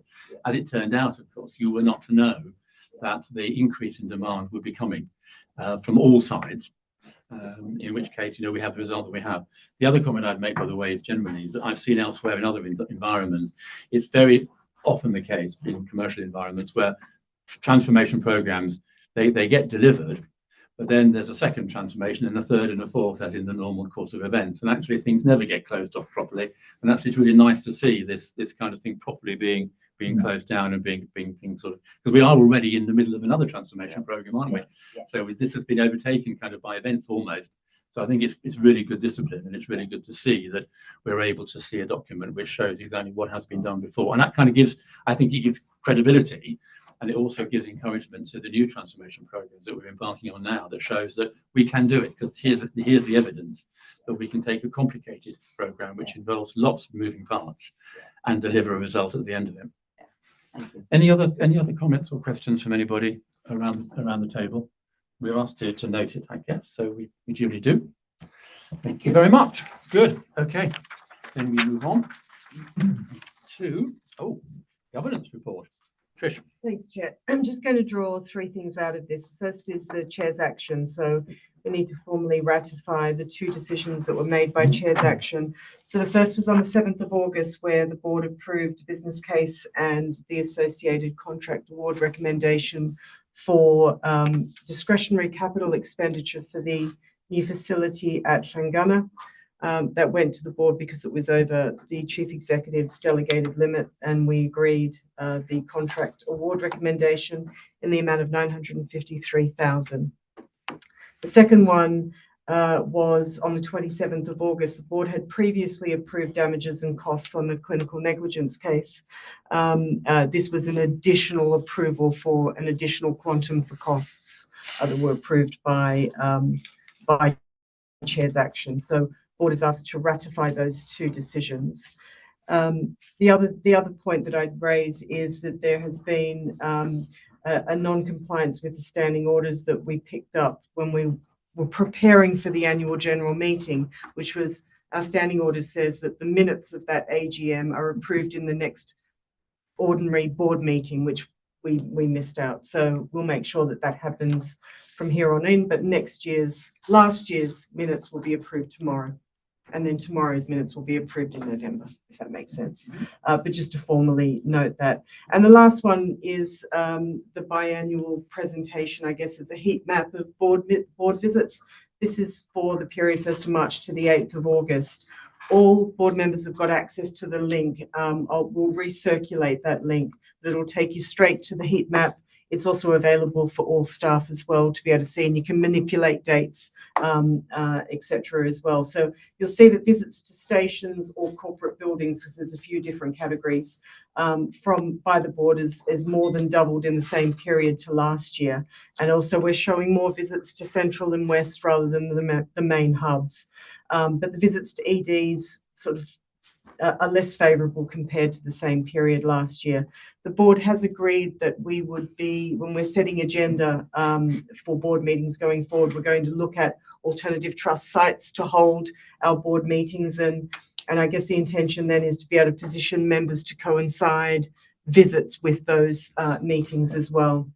And of course, our CEO roadshows, long service awards are a really good opportunity to actually get around and see our staff, because they're also all over the country, as you can see from the heat map, which I think is a really good visual of where our stations are and where we're getting out as well. But and lastly, I guess just another plea, if you do go out to any of the stations or visits or ride outs, etc., or EDs, just let us know, or there's a link where you can actually just put it on the MS forms, and then we can make sure that we're really clear on the heat map where that takes place. Thank you. Any questions or comments to Trish? All very straightforward. Probably we can move. Nope, okay, probably just move straight to what we're required to do. So first of all, we just need to ensure that we have the board have ratified those two chair actions, one relating to capital spend, one relating to a negligence case. Everybody content with that? Good. Okay, thank you very much. A couple of items to note, which we duly do. We note the non-compliance about the AGM minutes. We'll get that right this year. Fine. We're all content with that item. Good. Okay, in that case, we move to the section where we get feedback from our various committee members. We'll go to Bethan first, because I know, Bethan, you have to leave us, I think, fairly soon. But Bethan, can we come to you for feedback from the Quest committee? Thank you, Chair. So we met as a Quest committee on the 13th of August, and obviously members have a very detailed AAA report in front of them today. If I can just draw out a few key points, please. In the alert section, the picture is clear, really, and we've talked about this a lot today. So the handover delays have continued, and they continue to present safety risks to our patients, as we know. We had a clear picture presented on a deteriorating RED performance. We had over 2,000 patients who waited more than 12 hours in our first quarter this year, and one patient waited over 50 hours, which is a staggering amount of time. We understand the reasons why. However, and on a positive, it was very evident to us that we continue to work with our partners to try to influence broader change across the system. And our focus for the first 6 months of this year has been to evolve our clinical model, which we very much understand to be key in terms of affecting change across the system. And we are confident we will see particular change affected in introducing and involving the clinical model for those patients who've fallen, often very old and frail individuals who are having to wait a very long time for our response. And we know there are added complications and harm caused as a result of that. Moving on to the advice section, I'd like to draw attention to paragraph 3, which was our patient story. So we were delighted to hear from Linda, whose son Guy was in immense distress and pain as they waited for support. It's fair to say this wasn't the first time that we've heard from a family of somebody with complex needs, and particularly a vulnerable adult with a learning disability. And one of the phrases that Linda shared with us really was very impactful for us. Linda said, "Not everyone fits into the same mould," and we absolutely understand that.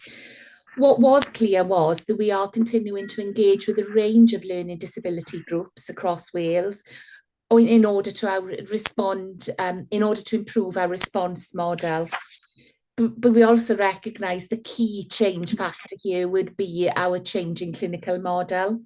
And we will be able to identify more people with complex needs earlier on in their journey, which will have invaluable benefits for these individuals. Naturally, we thank Linda for her openness and courage to share hers and Guy's story with us. Members also have a copy today of the annual safeguarding report, which the committee was delighted to approve. It's attached at Annex A in these papers. We discussed the quality strategy implementation plan for 21 to 24. We noted the progress that has been made, but also we approved the extension of this plan to continue up until April 2025, as we continue to work on developing our strategy moving forward, our new quality plan for 25 to 28. We approved the management of medical devices policy, and we bid farewell to 2 key colleagues, really, 2 individuals that have had significant influence on Quest and all of its work. The first individual was Duncan Robertson, an assistant director, who played a key role, certainly in progressing our approach to considering clinical indicators at the Quest committee in the last 12 to 18 months. And also to Kevin Davis, one of our non-exec directors, who supported WAST for beyond the last 8 years. Their contribution was very much recognised and they were thanked. Moving on then to the final section of the AAA report, the Assure section. We received the biannual update on the learning from deaths and mortality report. We discussed that and we recognise that there has been over 1,000 referrals received from the medical examiner service and also responded to. We received the clinical audit, internal audit, and we were pleased to see there was a reasonable assurance provided and that management actions are in place. In the closed session, we received an update on the 111 CAS replacement project, and we were assured by the update that we received, especially given the pace that we had to develop this new project, and all those involved in this development were thanked and their input was recognised. And finally, just to mention risks, as we've discussed earlier on today, risks 223 and 224 and the impact of these ran throughout the whole agenda, as always. At that point, Chair, I'll pause and happy to take any questions. Thank you. Thank you very much, Bethan. Any questions or comments to Bethan? I would just make the comment, if I may, Bethan. I think the safeguarding report was really interesting and a significant increase in the amount of safeguarding reports which we're now receiving, which I think is really, really encouraging.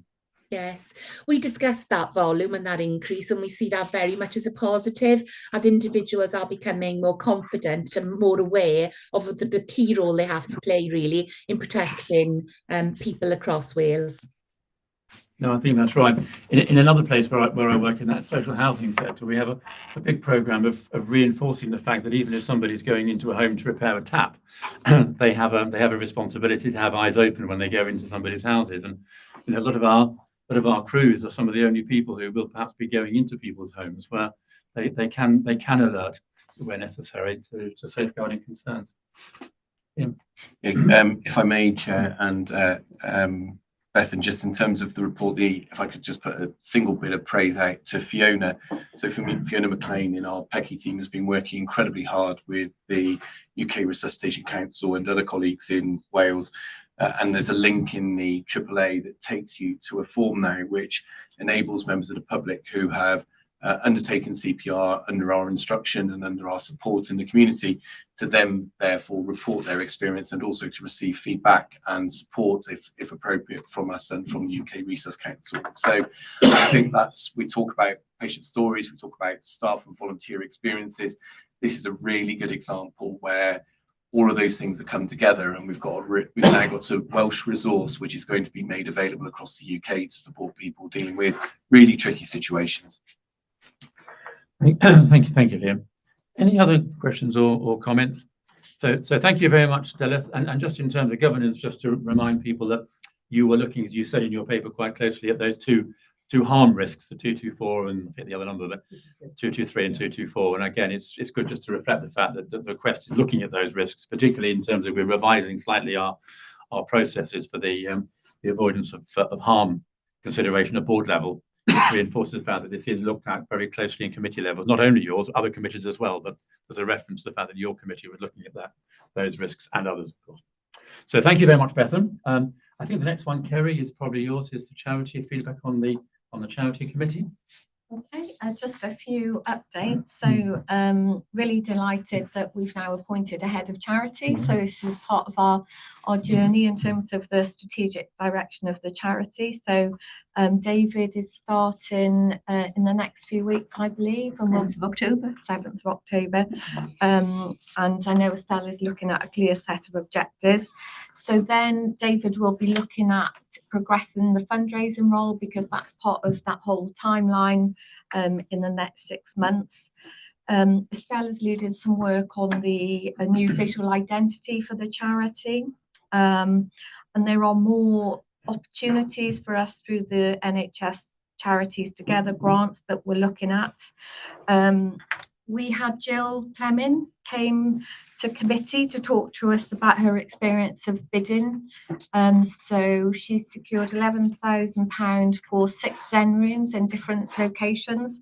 It's just really interesting to hear about her experience and also the lessons from those Zen rooms. And, you know, it's good that that is now linked up with Angie's team in terms of well-being. I guess then just in terms of the finances, so the finances are looking healthy. We're tripping over, Chris, I think just over the 250k, which could impact around, do we need the independent examination?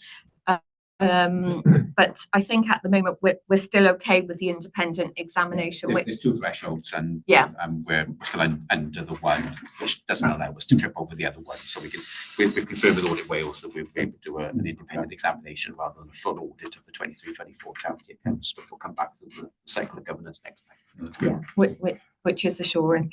And then the very final point is just around the risks. So we're progressing, you know, that risk framework for the charity, and by April next year, that will be complete. But just to give assurance that committee are cited on those risks in the meantime. Thank you very much, Kerry. Any questions, comments to Kerry? No. Good. Okay, thank you. We'll move on. In that case, the next one is the Remuneration Committee. I don't have anything particular to add to that. You've got some papers, I think, in front of you. So unless there's any questions, I'm prepared to move straight on to the next one. No questions or comments about Remuneration Committee? Okay. In that case, let's move on to the People and Culture Committee. And there are a number of approvals here. And I think Melvin is going to be joining us from Welsh language. momentarily. Let's see if he's joining us.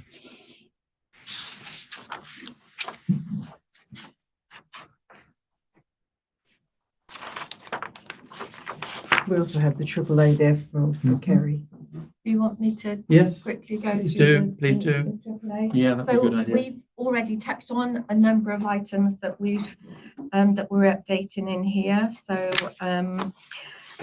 I did want to mention the workforce race equality standards. So, you know, I think organisationally we recognise there's some challenges in terms of number of employees and also some of the employee relations and the investigations that are coming through here and the disproportionate numbers. But I know that Jason and Angie have recently had a meeting, and we are, I think, just to give assurance here, going to be watching this closely, obviously through the strategic equality plan, but we recognise there's a challenge, and I think the right focus is on it. So the strategic equality plan was endorsed, and what we recognise, which is also linked to the race equality standards, is there's work to do in this area, so it's ensuring the right focus on that. The gender pay gap report was endorsed. There is still a gap there, and we know that's more at senior management level. We're focused on that. I won't talk about the Welsh language because obviously Melvin's going to be talking to us shortly. We had Kaylee Wheeler join us, who's an operations manager from ambulance care, and actually committee were really complimentary about the transparency and openness that Kaylee was talking to us in terms of the challenges that she's faced. She's had quite a diverse background and, you know, is progressing on a leadership journey. But I think her feedback to us around what she's faced at WAST around homophobia, misogyny and bullying, which has had a personal impact on her.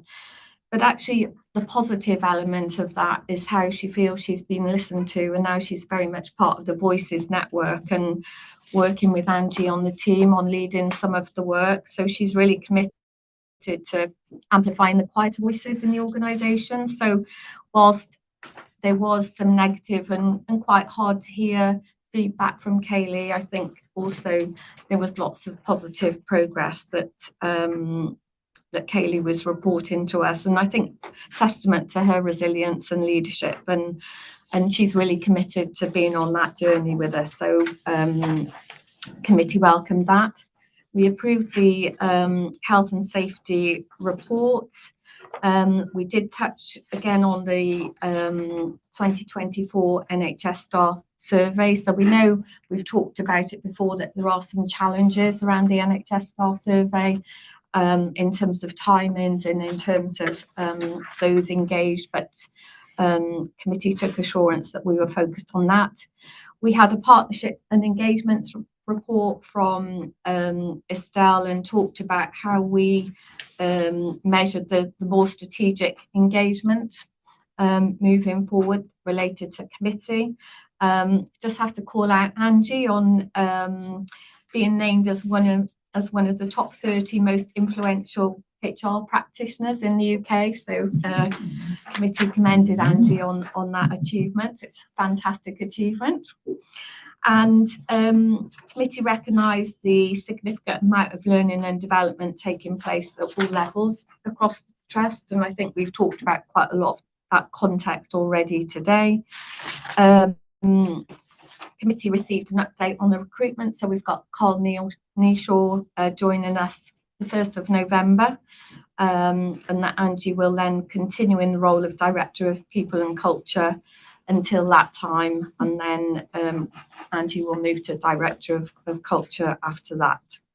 So just in terms of assurance, we had a comprehensive look at the metrics in the MIQPR. And the highlights of that are in this report. the cultural themes and trends paper, we looked at the managing attendance work programme, and whilst the target of 6% has not been achieved, and we've already touched on this earlier today, we were assured that there is a genuine decrease in the number of employees starting long-term sickness. And I think there's some green shoots, Angie, that we talked about. So downward trends, but we are going to have peaks and troughs. But, you know, that 6% continues to be a challenge for us. So we had the internal audit on disciplinary case management, which received reasonable assurance, as did the volunteers governance internal audit. And then just to touch on risk, the high absence rate. So again, and the reputational risk, which and maintaining effective and strong union partnerships, deterioration of staff health and well-being. So committee discussed these risks in detail and took assurance from that. So it's quite a long meeting, Chair, but there's lots more in the report. Really helpful, thank you. And again, good to see the risks being identified there and evidence of good governance at work. Any questions or comments to Kerry in relation to that? We've got a number of reports we have to approve, but shall we do the Welsh language one first, if Melvin is with us? And I see he is. Melvin, can you hear us? Yes, I can. Can you hear me? Yes, we can now. Welcome to you. And I will hand over to you. I believe you're going to be presenting the Welsh language annual report, which as a board we need to approve. Great, thank you, Chair. Dyma ein pumed adroddiad blynyddol a chydymffurfio ar safonau Gymraeg a hoffwn dynnu eich sylw at y meysydd canlynol. O ran ein trefniadau llywodraethu, mae grŵp cynghorio'r iaith yn bwydo i'r grŵp cynhwysiant, cydraddoldeb ac amrywiaeth o ran cryfhau aliniad ar cynllun cydraddoldeb strategol. O ran y hunaniaeth corfforaethol, derbynwyd caniatâd gan swyddfa'r cabinet i symud i bathodyn y goron ddwyieithog. This is the 5th annual report on compliance with the Welsh language standards, and would like to bring your attention to the following areas. In terms of our governance arrangements, the Trust Welsh Language Advisory Group feeds into our EDI group as to strengthen alignments to the SCP. In terms of our corporate identity, permission was received from the Cabinet Office to move to a bilingual crown badge. Bu gwelliant yn ein cyfrad ateb galwadau Cymraeg gwasanaeth 111 yn dilyn datblygiad cynllun gwella, bydd sesiynau codi hyder yn cael ei datblygu ar gyfer staff sydd â gwybodaeth o'r Gymraeg ac angen gwella eu sgiliau iaith i ateb galwadau Cymraeg. There have been improvements in our 111 service Welsh language calls answer rate, following development of a Welsh language calls improvement plan. Welsh language competence building sessions will be developed for staff who have knowledge of Welsh or would like to improve their Welsh language skills in answering Welsh language calls. Mae cynoli ein gwasanaeth cyfieithu wedi cynyddu ein cydymffurfiaeth ar safonau, a lleihau ein dibyniaeth a chostau wrth defnyddio darparol cyfieithu allanol. Centralising our translation service has improved our efficiency in the translation of documents and reduced our reliance and costs in the use of external translation providers. Derbynwyd cwynion gan aelodau'r cyhoedd ynglŷn â'r nifer fawr o erthyglau ar wyddoniadu'r gwefan 111 nad oedd ar gael yn Gymraeg. Complaints were received from members of the public regarding the large number of articles on the 111 website's A to Z encyclopedia that were not available in Welsh. Ar gyfer 24-25, byddwn yn gweithredu'r IMTP ar gyfer blwyddyn 1, lle byddwn yn cyflwyno a gweithredu polisi iaith newydd, sefydlu gwaelodyn cydymffurfio a canolbwyntio ar gohebiaeth, cynhyrchu a chyhoeddi dogfennau, arwyddion a gwasanaethau derbynfeydd. Ac yn olaf, fel rhan o'r cynllun gweithlu strategol, bydd gwaith yn mynd rhagddo i nodi lefelau sgiliau iaith staff, gan nodi'r bylchau wrth darparu'r cynnig rhagweithiol i'n defnyddwyr gwasanaeth. For 24-25, we will seek to deliver the IMTP U1 action to introduce and implement a new Welsh language policy, implement a standards compliance baseline that will focus on correspondence, producing and publishing documents, signs and notices, and reception services. And finally, as part of our strategic workforce plan, work will progress in identifying the levels of Welsh language skills of our people and identify those skills gaps in delivering the active offer to our service users. Ac mae hynny dod â chrynodeb o'r adroddiad I ben, and that concludes a summary of the report. Diolch. Diolch, Melvyn. That's about limit of my French. Welsh. Possibly French too. Possibly French as well, yes. It's just the embarrassment of an Englishman trying to speak Welsh. You just feel so self-conscious, even with a single word, but diolch. Okay, any questions or comments to Melvyn? Can I just make an observation, please, Chair? Just diolch yn fawr to you, Melvyn, as our Welsh language manager, and Kate Evans as our translator. I think that the focus now on Welsh language as a cultural change, as opposed to Welsh language for standards compliance, is very different, and I think we're seeing that shift, and that's I think going to be cemented when we have our Welsh language policy approved at People and Culture Committee, because so much education and training and comms will fall out of that. So I think it's an exciting journey ahead of us. Yeah, thank you very much, Trish. Okay, yes, Hannah. I'm going to speak briefly in Welsh to Melvyn, if that's okay. Dwi am dweud diolch yn fawr iawn, Melvyn, am yr adroddiad. Rwy'n gwybod bod rai ohono ni braidd yn rusty, a mae'n dda iawn I glywed y Gymraeg yn y bwrdd. Roedd ni eisiau gofyn beth gallwn ni gwneud fel bwrdd I helpu gyda'r development o'r culture bod ni'n bod Trish wedi dweud wrthyn ni amdano. And just asking Melvyn in my slightly dodgy, rusty Welsh around what we might be able to do as a board to support the cultural change, and also how nice it was to hear Welsh spoken during our board meeting. Thank you, Anna. Yes, I echo that as well. Bethan, did you want to make any comments as a fluent Welsh speaker? In English or Welsh? Chair, to be honest, I just wanted to acknowledge the journey we've been on, which I know Trish has already made those comments, because I think the change is phenomenal. There's been so much progress, and previously there was a group that I was involved in with Melvyn and with other colleagues, and to see where we're at today and where we were 2.5 years ago, there's a stark difference. And I think Trish is absolutely right to say that the introduction of a new Welsh language policy will provide the right sort of cornerstone almost for how we continue to develop and continue to move it forward. I think Hannah's question about how we can, as non-execs and board members more broadly, support the cultural shift is an interesting one. And as we know, culture is one of the hardest and slowest things to take forward. So, you know, that there's a lot.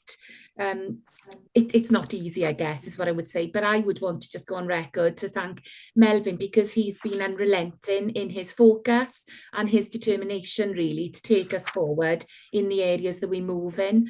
And his enthusiasm and energy never wavers, even when there's perhaps some challenges around him. So, diolch yn fawr, Melvyn, a llongyfarchiadau mawr. Mae hyn yn ffantastig, really. Diolch. Thank you, Chair. Thank you very much, Bethan. Trish, you want to come Yeah, I was just going to say that there's a more than just words session, Hannah, on board development in February. So Melvyn has a hour slot. So that's part of the culture change and the more than just words action plan. So we'll get some prompts. And it's probably just worth, just as an experience, I was looking around the room, you know, as we heard the report given in Welsh and then in English, it's worth remembering that in our bilingual country, our Welsh first language friends and colleagues, everything they hear is like that. Now, obviously they do understand English, but just, you know, if that felt a bit funny or a little bit sideways or a bit uncomfortable, we are asking people to do that a lot of the time. And so it's probably just worth us reflecting on the difference it can make to hear something in your first language.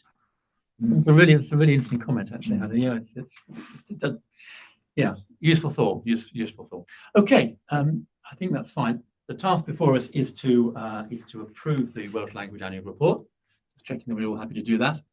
Okay, and I think probably we can thank you, Melvin, for attending and release you from duties. Thank you very much indeed. Okay. Diolch yn fawr. Thank you, Chair. Thank you. Bye-bye. Okay, so the other task before us then is just to approve the other plans which are included in the packs, which was the Strategic Equality Plan, the Gender Pay Gap Report, and the Workforce Equality Monitoring Report. We all content to approve those. They've all been taken to the appropriate committee in the first instance. So we can move on then to the Audit and Risk Committee, which is Peter from feedback. Thanks, Chair. We met, I think, 2 weeks ago, just a few items to bring to your attention. Firstly, we had 3 internal audit reports that did refer to the last year. So an issue that we've agreed for this year is that we shouldn't really be going on until September to get the tail end of the previous year's reports. So an agreement, amongst staff and the internal auditors that the programme for this year will be finished by June 2025. We received 3 reports. Kerry has touched on 2, the volunteers governance and disciplinary case management, which had their due scrutiny at people and culture. The final one, risk management, had a reasonable assurance, I did the other 2. And I'll come back to risk management at the end, because that was the substantive item that we discussed. Other items, we received the QPMF framework. Very encouraging in terms of our policy work to learn that we're now updating. I think 45% of policies are due to be completed this quarter, which you'll see in the report. We were down to 14% or something in the pandemic. So really encouraging to see that's been taken seriously, because that was picked up by Audit Wales in one of their structured assessments. As always, we had a very good presentation from Carl Window about local counter fraud service. It's always interesting to spot trends. You can see there are 37 recognised ongoing investigations. A lot are around staff having second jobs. You mentioned, Chair, about the working from home. A risk or a danger is when staff become invisible, there's the temptation to take on a second job without telling us. And it's, in terms of the prevalence, it's not that great. However, it is happening, but it was reassuring to hear that Carl and the team are onto it. And Jason, I know you raised the interesting point about the threshold of reporting. I mean, that's a management issue. I'm sure you're going to take that on. But when you see these numbers, you kind of think, well, how many could be nipped in the bud? How many should be taken forward, and so on? But it was really good to hear that you're going to look at that in terms of the threshold of reporting. Another positive was the audit tracker. We're making very, very good progress. This might not be the most interesting of areas, but it's really important that audit recommendations are followed up. And I attended a chairs of audit committee meetings with the health boards, and there's no doubt that we're ahead of the game on this. I know that Alex has done some really good work, as have all staff, really.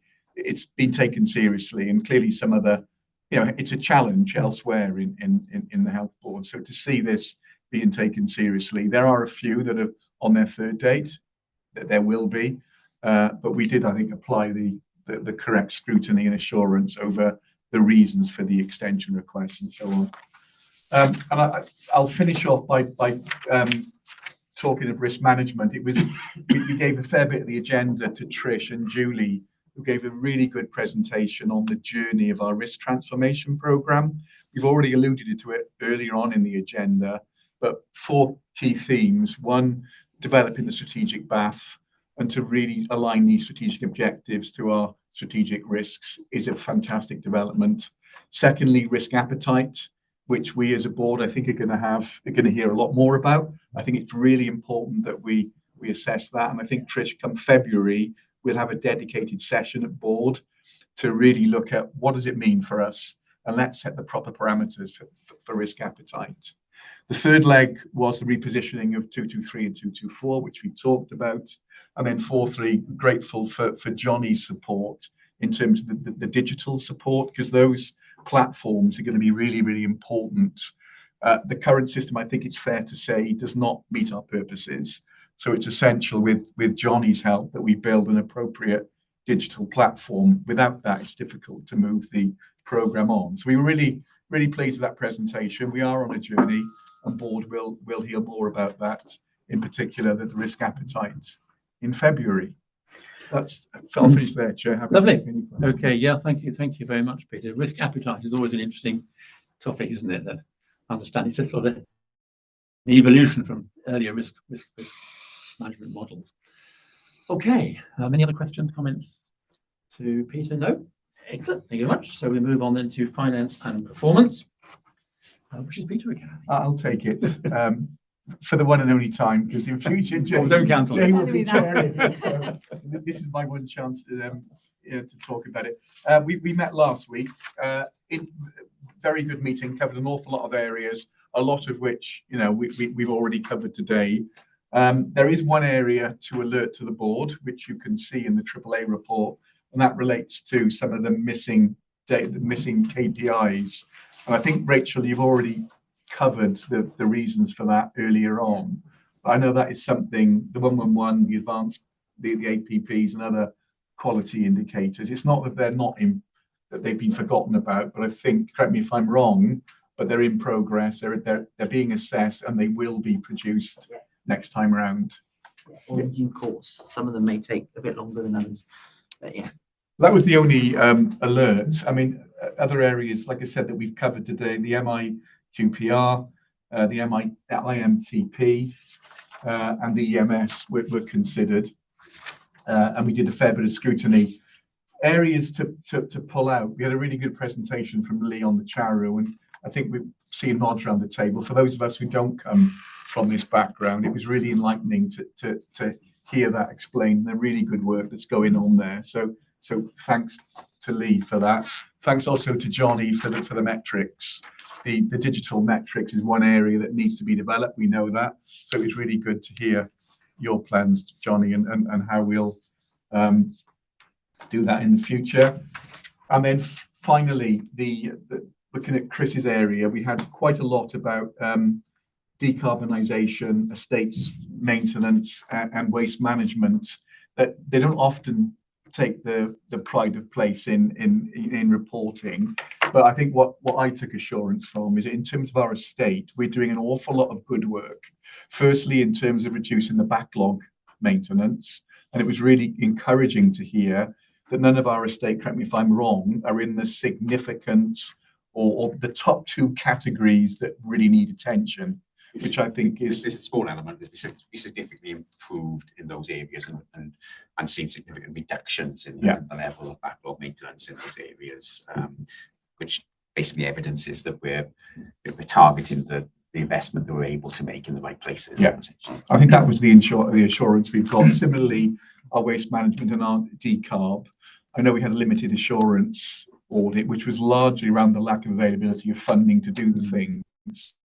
What we were pressing for was the things that we can control, we are doing. So it was really encouraging. Again, I think we're on a journey, but to hear the spread of the importance of that across all our estate was really, really helpful, as was the waste management as well. I think that's it, Chair. Okay. Again, happy to take any questions. Lovely. Thank you very much indeed, Peter, on behalf of the F&P. So any comments, questions on that? Thank you very much. Okay, in that case, let us move on. We're getting on towards the closing items. Reflections and summary of today's meetings. Any reflections that anybody wishes to make? Any thoughts about today's meetings? We've covered a wide range of matters. It seems to be a very detailed meeting, I think, today.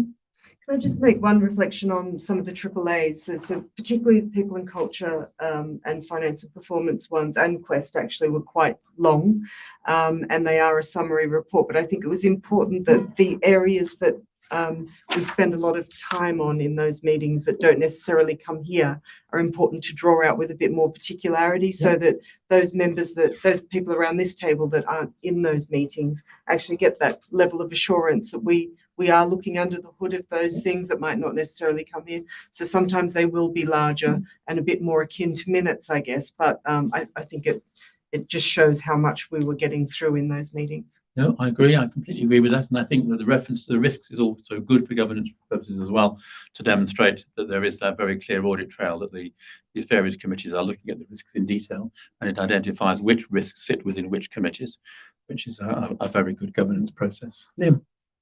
Yeah, just as Trish said that, I think it's the link back to the first conversation we had on the Chief Exec report. the journey is a complete journey, isn't it? So, and I kind of say that from a quality and safety perspective, because we all know what the experience is for many people using our services. And it's important that they are assured that we are viewing it through every possible lens and looking for every bit of improvement possible. So when we take the paper that Jason presents, that's almost like the headlines of where we're at.